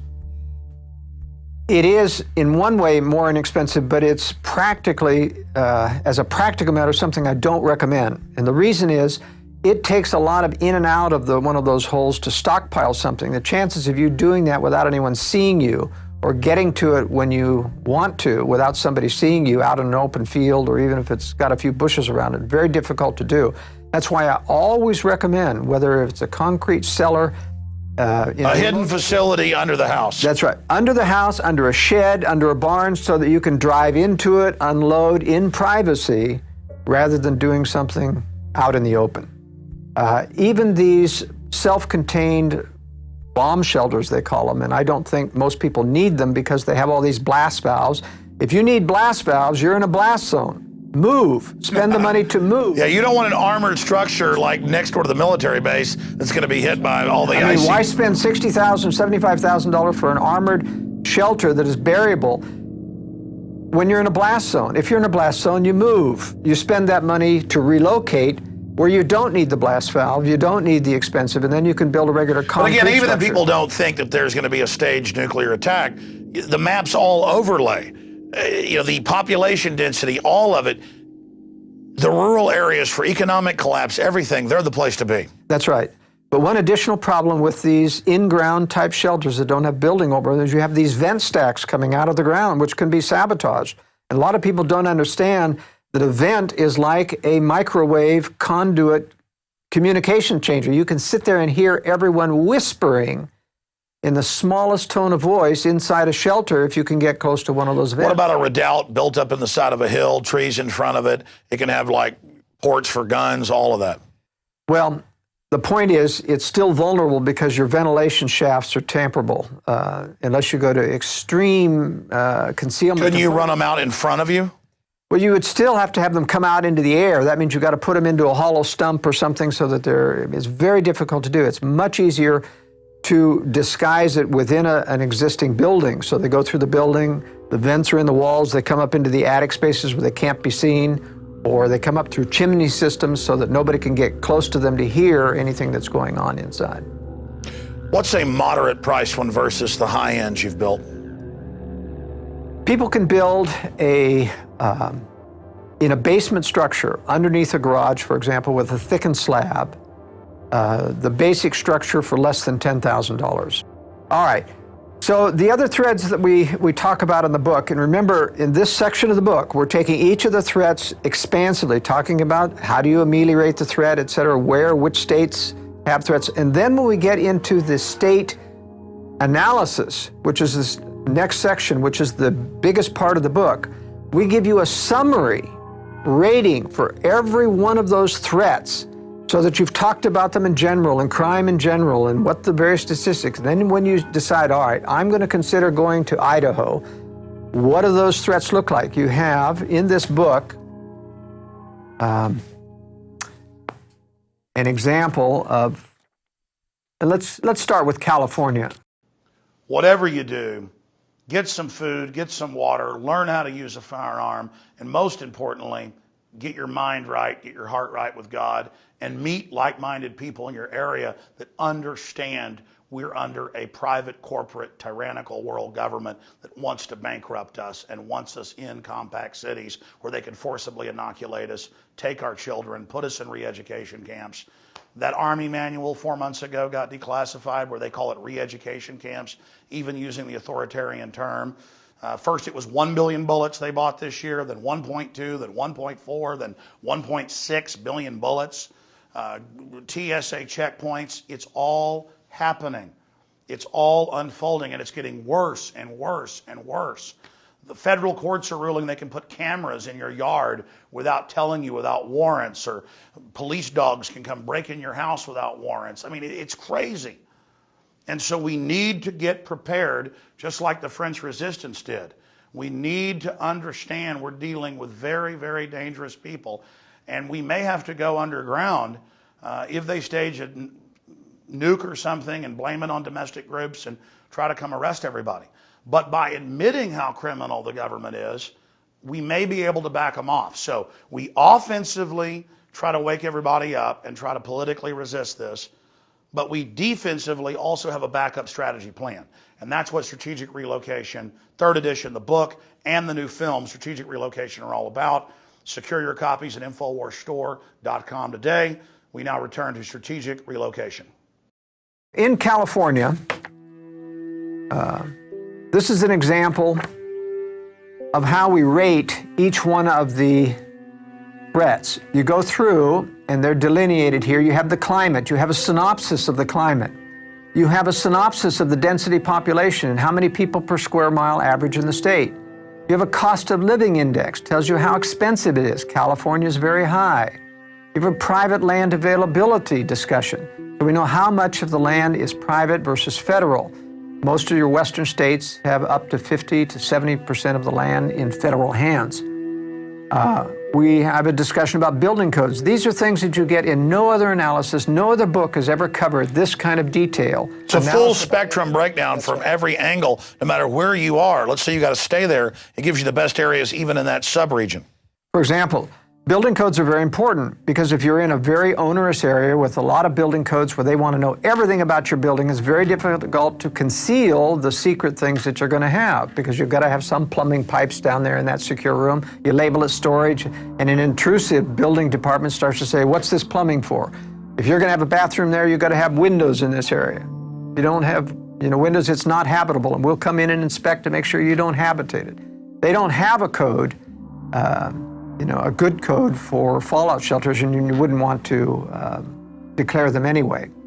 So building code section is very important. Some states actually have counties that don't require building codes. There are some in Texas, there are some in Idaho, there are some in New York that started all this building code in rural areas and rural counties. But I also point out in the building codes section of the book that you want to watch for states that have a uniform statewide building code. That means no matter how rural, the county is required to have a building code and a building department. If you don't have a statewide code, then most counties are able to say, we're not going to do that. And basically, that's Agenda 21. It's global, standardized coding, and you find out in these states that do that, it's federal, but really that's international. That's exactly right. So then we talk about food production. What's the length of the growing season? How capable are you versus altitude, soil, and other things? The health environment. We talk about pollution, the water quality. Talk about traffic. Just nobody has all of this criteria in their analysis of the competing books.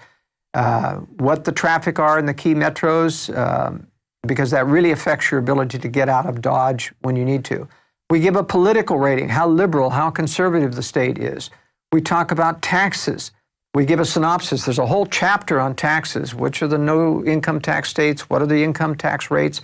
What are the overall spending of the states? Some states spend double per capita that other states do, like New Jersey is one of the worst states.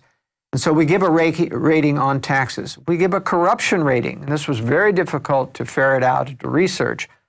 Very difficult because most corruption is concealed.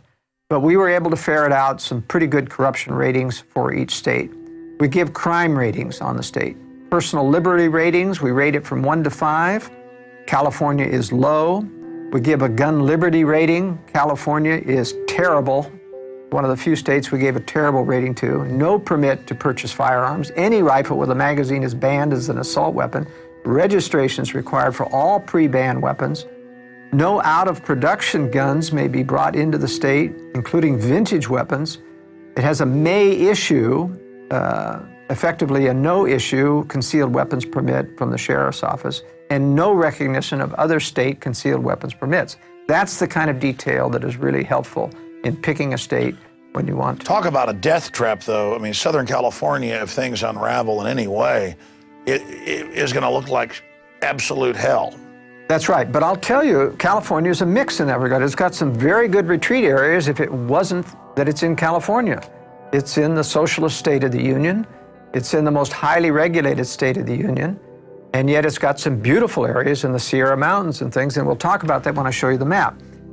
We talk about alternative medicine. This is very important. A lot of people keep asking me and says, are you going, to tell us how to get our meds? And I said, forget your meds. Meds are not going to be had in a crisis. Learn to use alternative medicine now and get into states which allow alternative medicine, because then that little mini industry isn't stifled. You have naturopaths, you have chiropractors who know how to prescribe good nutrition, etc. I talk about homeschooling freedom. This is going to be very important. Another thing on alternative medicine you need to be aware of is that hospitals someday are going to become a screening, filtering mechanism to screen out homeschoolers, screen out people who believe in discipline, because they already admit that. They say it's going to be the new tyranny to enforce all the surveillance. And vaccinations and those, and it's very deadly. California just passed a law where they vaccinate kids without parental consent. I mean, that's like red alert exodus. And so what I'm saying is alternative medicine and lay midwifery freedom in a state is very important, because the ability to have children outside of a hospital with a trained lay midwife is very important to avoiding the trap, the stamp of, You know, we have known stories of women who have said, I don't want vaccines. They take their baby away to the nursery and they come back, oh, we forgot we vaccinated your child. Or they try to have CPS take them. And that's what's so amazing is how deep the tyranny's already gotten. And someday there's going to be a litmus test whether or not they'll give your baby back from the nursery. You've got to sign that you don't believe in cruel and unusual discipline like spanking, you know, that you'll have them vaccinated. And they won't give your baby unless you sign on the dotted line. So someday I believe that freedom-loving people are going to have to stay out of the public schools. They should be out of them already, frankly, and they're going to have to stay out of the hospital system. And that means learning to be healthy, learning alternative medicine, good nutrition. Well, I think it's important to exodus the major cities to create communities of liberty and freedom already. I mean, why wait? Why wait for the threat of biological weapons or collapse? We should be getting the hell out of here to begin with. But realistically, a lot of people still have to stay close enough to live. A lot of people don't have the liberty of husband and wife. It takes at least a full-time job for a husband and wife to teach at home. So the globalists did that on purpose. I understand the limitations, and I realize one of the reasons they made it tough economically is to get the women in the workforce, to degrade the family and those types of things. But I think if you work hard, if you read through the section on contingency planning and how to, you know, you can work through and start to make progress towards getting out of this kind of society and the traps that they're doing. The last section of detailed knowledge in each state is the military targets. We list every military target in the states, including Naval, Army, Air Force, and we list the nuclear plants. Nuclear plants are particularly dangerous because when they do melt down, or if they get hit with a nuclear bomb or nearby and they're damaged and melt down, they are much more dangerous than a nuclear weapon in terms of the residual fallout, the long-term effects of fallout. Then in addition, after the detailed summaries from the threat section, we give specific notes, my personal experience about being in every one of these states, as well as in my blog on joelskousen.com, I've had people contribute what their experience is living in the states. And then one of the most valuable sections of the book is city-state specific strategies, or city-specific strategies, meaning for every major metro area in every state, I go through and explain where are the best places relative to that metro area to relocate relative to the outflows of refugees and how to avoid the bad areas. So this is a sub-strategy. If you can't afford to move out in the middle of nowhere immediately, you find those pockets that are nearby to the major metro areas. And I point out the areas that are away from the refugee flows and the specific areas around the city. This is very valuable information. Nobody else does it. So many of the other survival communities simply says, get out, there's no other choice, you're gonna die if you stay.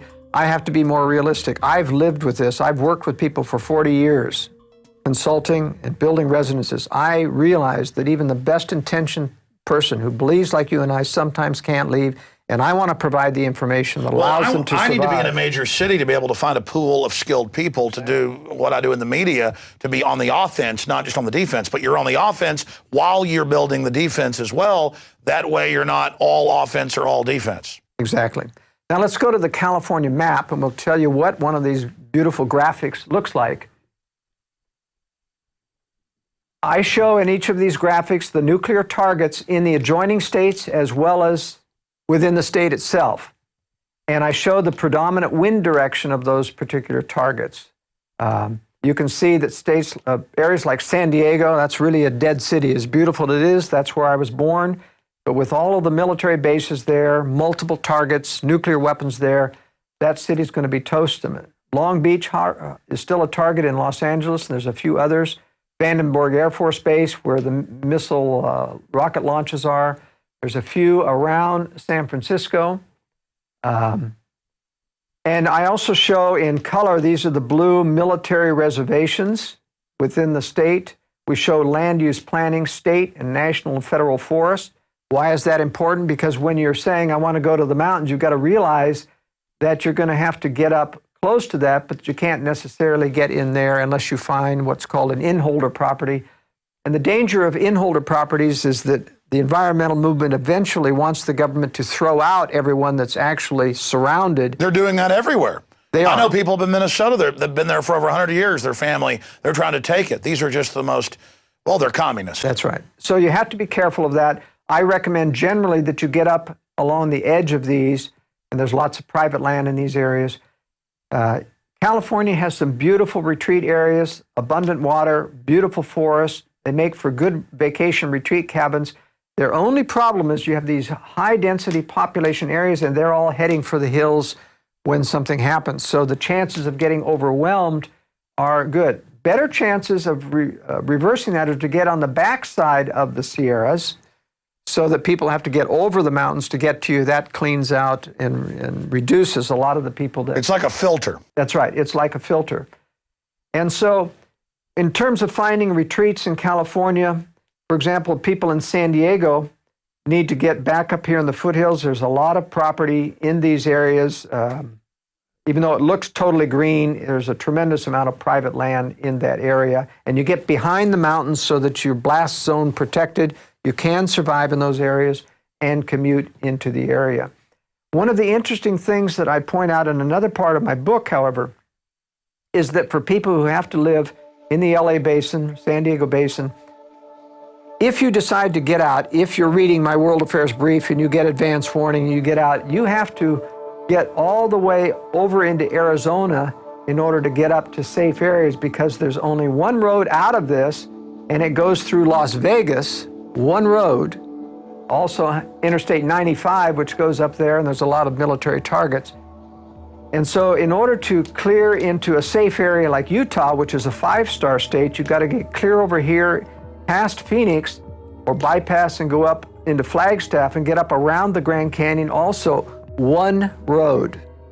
That's how tenuous it is to get to safe locations from this Southern California area.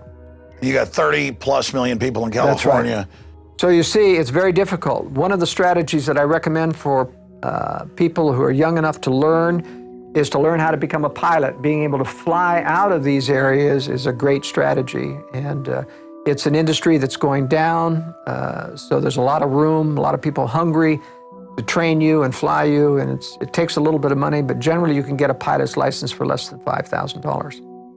So that's another strategy. Let's talk about a safe state now. Let's go to Idaho.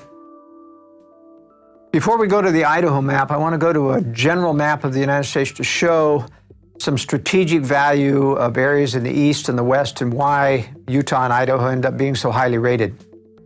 As we remember, we talked about population densities are extremely high in this eastern area. And in fact, it extends completely over to about halfway through the states of in the middle of the country. A lot of people out here in the farmland as well. Because of that high population density, none of these states rate anything above 3 in the East Coast. Tennessee is the highest rated state because it's got the Cumberland Plateau. There's this big Appalachian mountain chain here, which kind of is a blocking area for the major population center here. The Cumberland Plateau in Tennessee is a high 1,000-foot plateau. People will tend to infiltrate through the mountains, over the mountains, through the valleys. And when they get into the Tennessee valleys, they're very tempting to stay in the valleys. Nobody wants to climb up a 1,000-foot plateau where there's not a lot of people. That's one of the reasons why this is very good. For the Northeast, they need, there's this Northeast region of the wooded areas of Maine, New Hampshire, and Vermont, and upstate New York. Those are the only safe areas. The problem strategically is that once you retreat up there, you're stuck. If it becomes untenable, you can't get back west because these population flows will flow this way and cut off any retreat unless you go up through Canada, if one wants to try to get further west if this becomes untenable. The major refugee flows coming out of the East Coast will be in this population area here. They'll head out through Philadelphia, Pennsylvania. Some will go north along that, some will go south this way, trying to avoid the mountains. And that's why we give a lower rating to the southeast states, Mississippi, Alabama, and Georgia. They'll also have all of the refugees flowing out of Florida. This is a 0-rated state as well because it's untenable for survival of this amount of population, and most people will tend to flee south and then west towards Louisiana and Texas. So that's going to make Louisiana, Mississippi, Alabama a disaster zone. Right.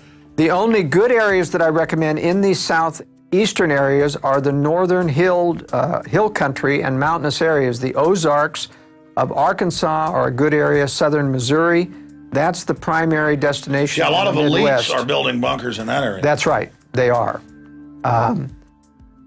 The great advantage that the West has, the far West, now these are your troubled areas here where your population densities are, but centering around Salt Lake City, for example, even though this is not a recommended area itself, and you can see there's a military target in Hill Air Force Base as well as the new NSA computer center, data center there, which makes another additional target. The greatness of the Intermountain West is that you're surrounded by 500 miles of mountains or deserts that keep people from Denver, Los Angeles, San Francisco, or Seattle from getting across those deserts without gasoline, electricity, and other infrastructure. You're not going to walk across those things, I can guarantee you. It has a huge filter. It's a huge filter, and that's why this is the safest zone here in the West. What's the sweet spots? Where do you live? All right. I live in Utah here and south of this zone here, which I consider the southern and central part of Utah safer than the north because you're cut off from this area here. How is the gorgeous areas around Monument Valley down here in the south? Yes, these are all the red rock country of Utah. And the beauty of red rock country is that they're desert, there's very few people. You can survive. The mountains provide the reservoirs of water. There are rivers coming out of all of those mountains. And if you can get water, even though it cannot sustain a great deal of population in these areas, you want that to be a filter. You want people to think, I'm not going to Utah because there's no water. Well, there is water for those that are already there. And there are high altitude mountains for retreat cabins, which become very inaccessible in excess of 7,000 to 10,000 feet, where you can get up where very few people can hike and get to. And they're forested here. Now, Colorado has some of the same terrain, but the problem is Denver is a major New World Order center. There's a major concentration camp being prepared in Denver. There are secret bunker systems under the Denver airport. There are black helicopter bases out of Buckley Air Force Base in Colorado. And just a few miles down the road is Colorado Springs. There's Colorado Springs, Cheyenne Mountain. I don't know why the powers that be moved NORAD out of Cheyenne Mountain into Peterson Air Force Base. It makes the city an obliterated target. And I have recommended everyone in Colorado Springs who hears my voice needs to be relocated so they're not there, because the powers that be have made a major Air Force base within the city as a target. Omaha, Nebraska, of course, is Offutt Air Force Base. That's the alternate Cheyenne Mountain here, and that's where all of the powers that be went during the 9/11. That's where the president went. That's where Warren Buffett had all of the CEOs, top CEOs from the World Trade Center at Offutt Air Force Base. You can't tell me that they didn't know what was coming on.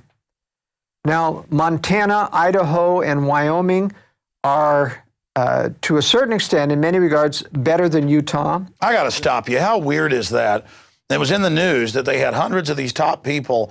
Before it even happened, they were all there for a special announcement. What was said in that hangar? What was done? I mean, did they say, look, you've seen what's happened, get in line? I mean, that talk about bizarre. It is. Unfortunately, nobody's talked. We don't know. They won't give a list of who was there, although we do know that some of the CEOs that survived were at Offutt Air Force Base. Yeah, who would have been in the World Trade Centers that day? That's right, who would have been in the World Trade. They had advance notice. Now, I'm not saying that everyone who left knew what was happening to the World Center, but certainly Buffett knew.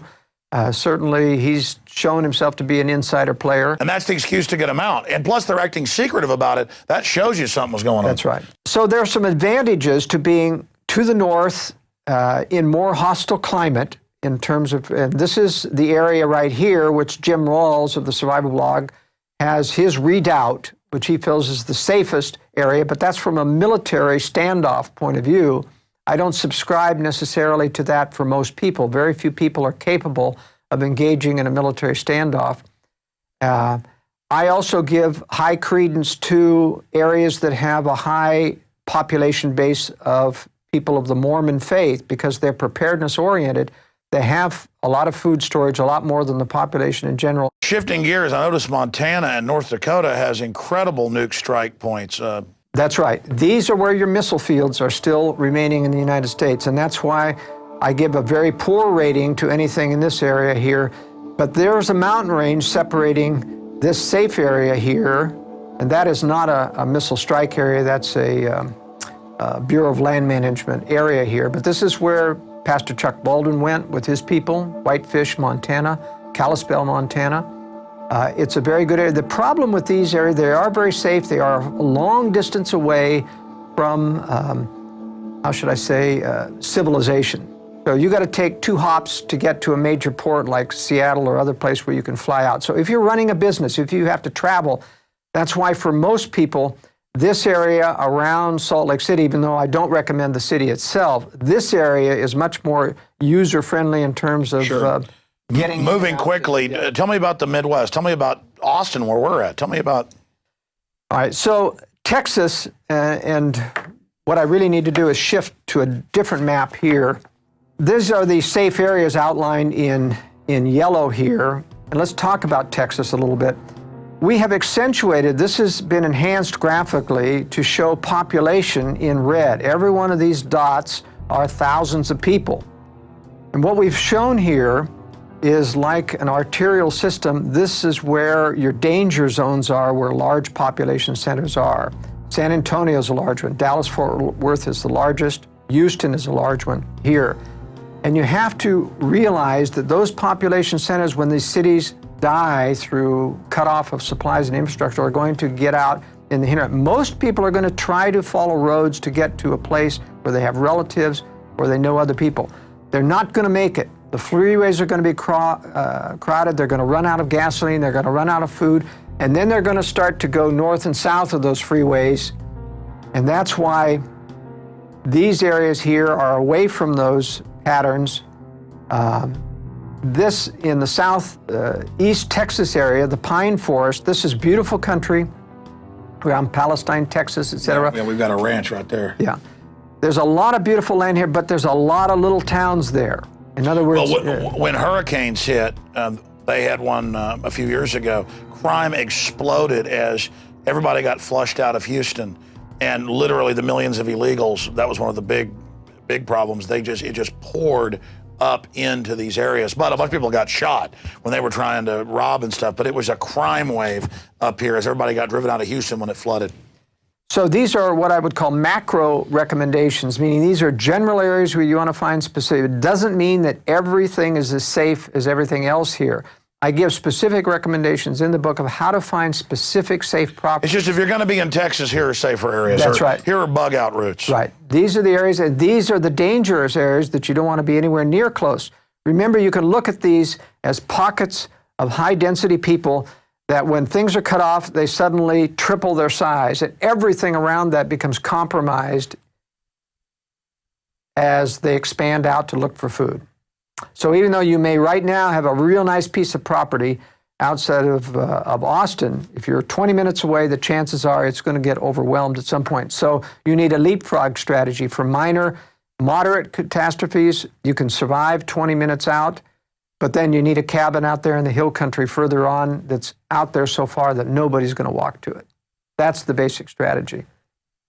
And as you see in this of the Midwest here, you see these huge areas, Detroit and Chicago and Columbus and Cincinnati. And even though there's a lot of rural, and you drive through those areas and you think, gee, this is still very rural, you've got to look at these depictions that we've made of how dense these populations are. And when they spread out, all of these areas around those are going to be compromised. And so you have to be pretty far away to even have any chance of surviving. And you're much better off when you start getting further west, where it gets... And just watch what the elites do. It's on the news. They're building bunkers and castles and armored redoubts in the Ozarks. That's right. I mean, it's amazing. And I know you've built some of these homes or advised on them. That's right. So let's go to Idaho then, if you want to bring up the map of Idaho, and we'll talk about a safe state and some specific areas in this. Now, Idaho has Boise here, which is the only economically viable area for people who have high-income jobs, technical jobs. Boise is kind of a new technical center. This is a beautiful farming valley along the Snake River. Good areas on either side of this. This is all irrigated farmland. This is a little better out here in terms of being away from the main freeways, very few people come up this way. But this is a beautiful retreat area here, lots of farmlands here. This is Jackson Hole over here, which is not a good area.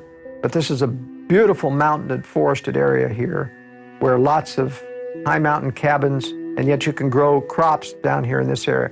This, however, this shows how I point out in the book, climate plays a role. This is the Rocky Chain coming down here, and then it goes down into Utah. Your cold mountain air from Canada comes sweeping down in here, and you get some very severe cold winters. These areas are almost 15 degrees warmer in the winter than these areas because these mountains keep this cold air from coming back into this area. This is a banana belt here in Idaho around Lewiston. One of the top retreat areas here is along the Nez Perce River. This is where Kuskia is. This is the Nez Perce Indian Reservation, which I don't recommend you get on because of the sensitivity of minorities taking back their land, even if they contract with you. But here you get Columbia River, moist northwest air. You get trees growing down at the 2,500 foot level, conifer trees, whereas here in the high mountain and in Utah, you don't get conifers up till 6,000 feet. It takes snow to melt to grow conifers. But here you get enough rain from the northwest coming over that you have a microcosm. This is like northwest climate, clear up here into the panhandle of Idaho. A lot of beautiful areas here, Boundary County, around Sandpoint, Idaho, no building codes up in Boundary County. This is where Hayden Lake is, where the Aryan Nation was. They have been rooted out. This was a government operation of playing like they were neo-Nazis. They had hired Pastor Butler to run that organization, but they're cleared out now and gone. So this is healing. I don't normally ever recommend people get around a government-operated survivalist or phony survivalist community because it gives the whole... And they're looking to set people up. And they're looking to set people up. So you don't want to join survivalist groups that are very public, militia groups. You want to be supportive, but if you join, all of those organizations get infiltrated. Very dangerous to be a part of it. So I recommend informal networks of people. This concludes the main body of the documentary film Strategic Relocation with Joel Skousen. If you get the DVD at InfoWarsStore.com for your library, it has an expanded extras section dealing with securing the home itself that is really just a gateway into truly securing your home. And Joel Skousen breaks that down in his book, The Secure Home, also available at InfoWarsStore.com. And of course, of all of these materials that Joel Skousen's produced, the book itself is simply amazing, and everyone needs to have this. I know I certainly have multiple copies in my home and also in my car because it serves as an amazing roadmap in major cities for routes that the general public doesn't use in case of large traffic jams, and just dozens of other things. Water quality in the area, nuclear reactors, military base sites, where foreign nuclear attacks are targeted. Hats off to Joel Skousen and his team for putting together these books, and hats off to my team, Rob Jacobson, Darren McBreen, Rob Dew, and the rest of the InfoWars crew for putting together Strategic Relocation, the film. So again, I invite all of you to start getting prepared today. The journey of 1,000 miles starts with a single step, and things that you think are really hard to do are actually easier than you think and quite exciting. Last week on the radio, in closing, I told the story of how I would go on the hike and bike trail and hike, and I see people running on really rough trails with no shoes. And I was thinking a few weeks ago on an 8-mile hike trying to get in shape, I remember being a kid running around in the woods by my house and down the street and down gravel roads without shoes in the summer. And then I remembered how during the winter I'd have boots on or shoes and my feet would be soft at the first of the summer, but by the end they were like shoes. I mean, God gave us great design where we have basically shoes that keep regrowing the soles. And so I went for a mile walk without shoes on a gravel gully trail, and the first few hundred yards it was torture. All of a sudden my feet went numb, and I was able to jog back the half mile back and only got a few cuts on my feet. and now I'm growing even bigger calluses. And my point is, it's like that politically or anything. You've just got to start applying pressure to the system that you know what they're doing, while at the same time getting yourself prepared and warning others. This is a life and death situation we're talking about, and that's why we put together this preparedness film. I'm Alex Jones signing off for the Infowars.com team. Please use the internet and this information while it's still here. The system is moving towards curtailing free speech, not just here, but worldwide. So let's go to the East Coast now, Alex, and explain one of the more difficult states to get out of and live in. We're going to talk about New Jersey. New Jersey is a zero-rated state, like Florida and Hawaii. It's just got a tremendous amount of difficulties to overcome. It isn't to say there aren't some nice rural farm areas in New Jersey, but New Jersey has the problem that it's backed up by all of this population center, Staten Island, Manhattan, and everybody's going out through Jersey even to get up towards New York. So this is one of the most difficult things to consider as well when you consider you've got Philadelphia right here, so that you're sandwiched, and even people trying to go this way is going to run smack into the social unrest of Philadelphia. Going down south in terms of retreats is a problem because you've got this Delaware River coming up here. You're cut off except for a few bridges. There's nothing worse than trying to retreat and having millions of people come down there and get stuck at a bridge where nobody can get across.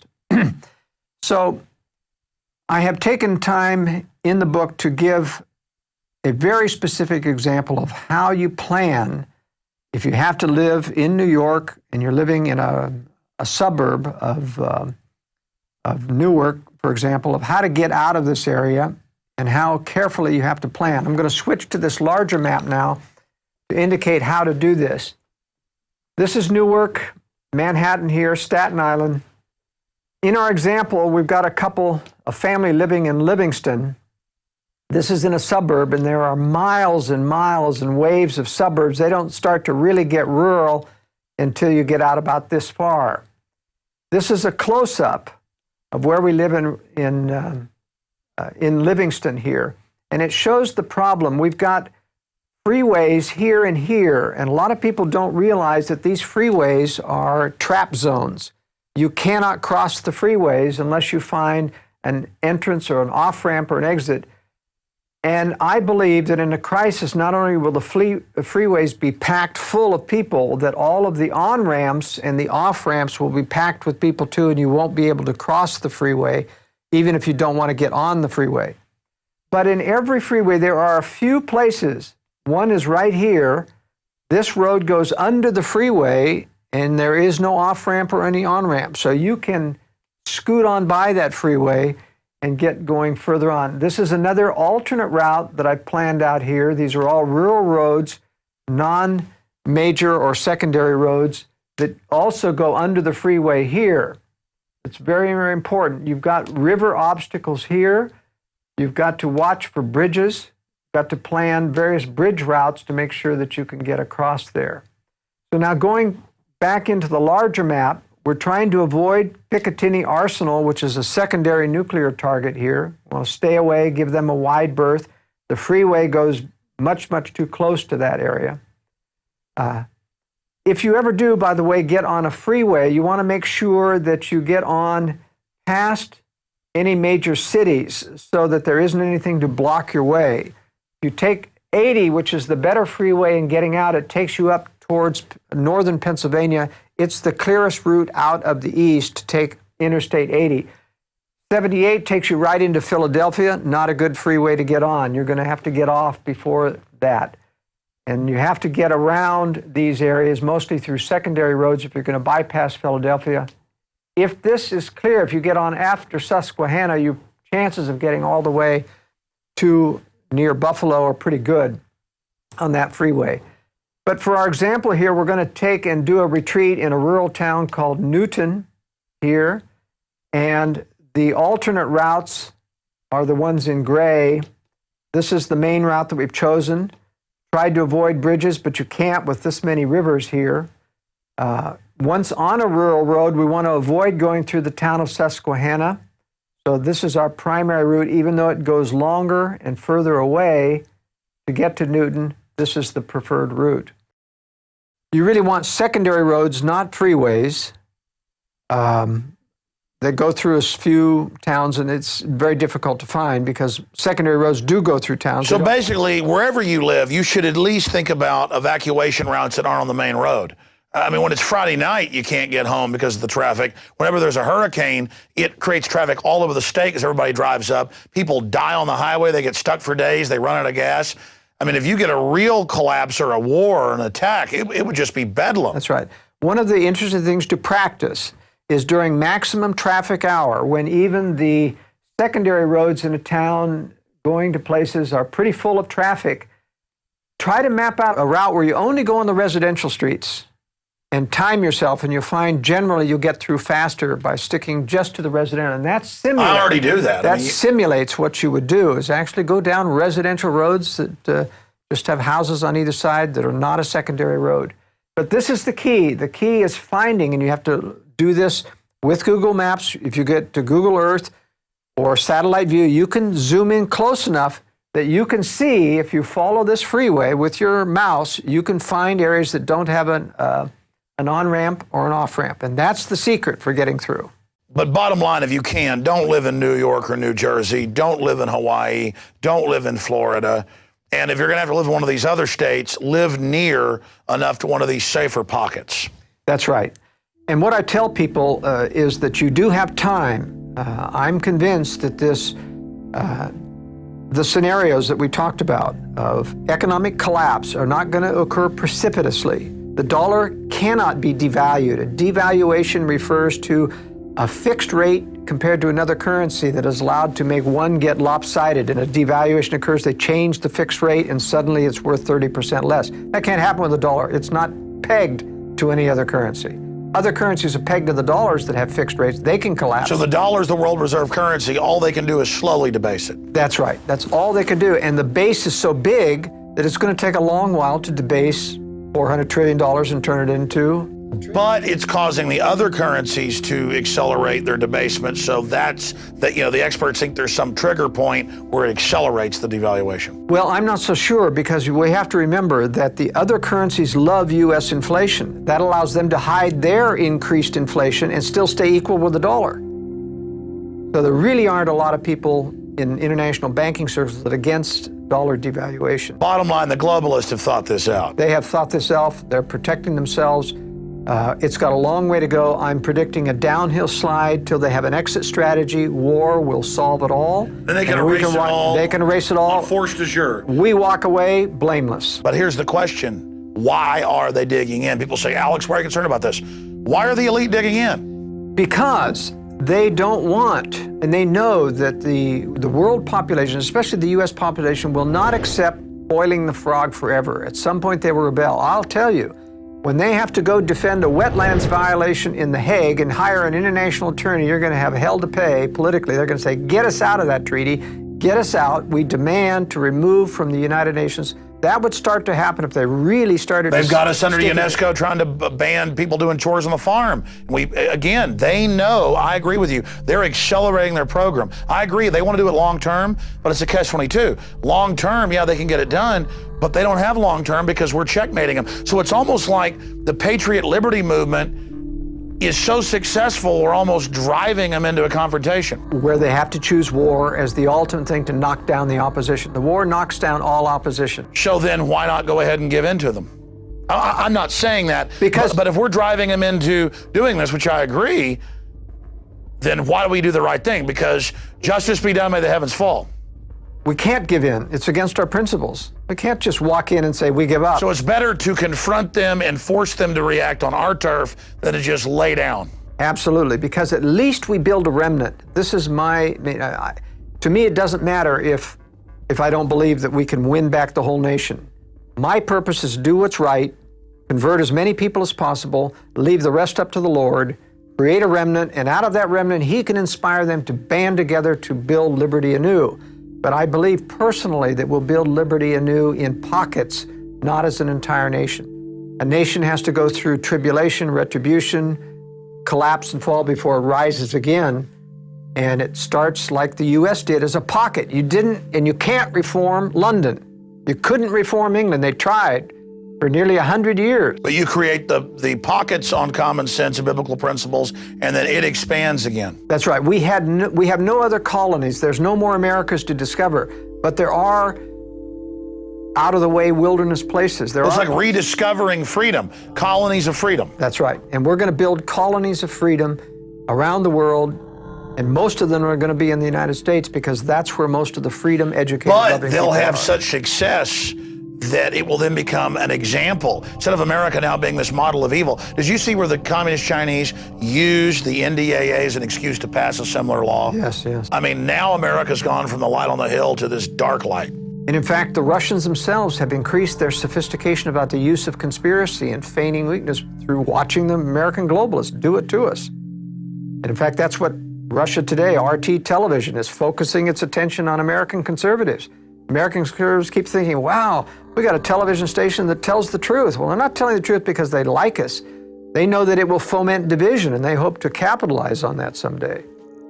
But these KGB disinformation outfits are not our friend, even though they tell the truth a good portion of the time. I've noticed they let me on RT America that's just focused here. They do not have That's me. right. They do not have me on the big global one that's actually on broadcast TV in Europe. Watson says, because I have guys that work for me over in England, or they contract for me over there writing articles, great minds, and they say, yeah, this is on broadcast TV here, not just on cable. But that's the big RT.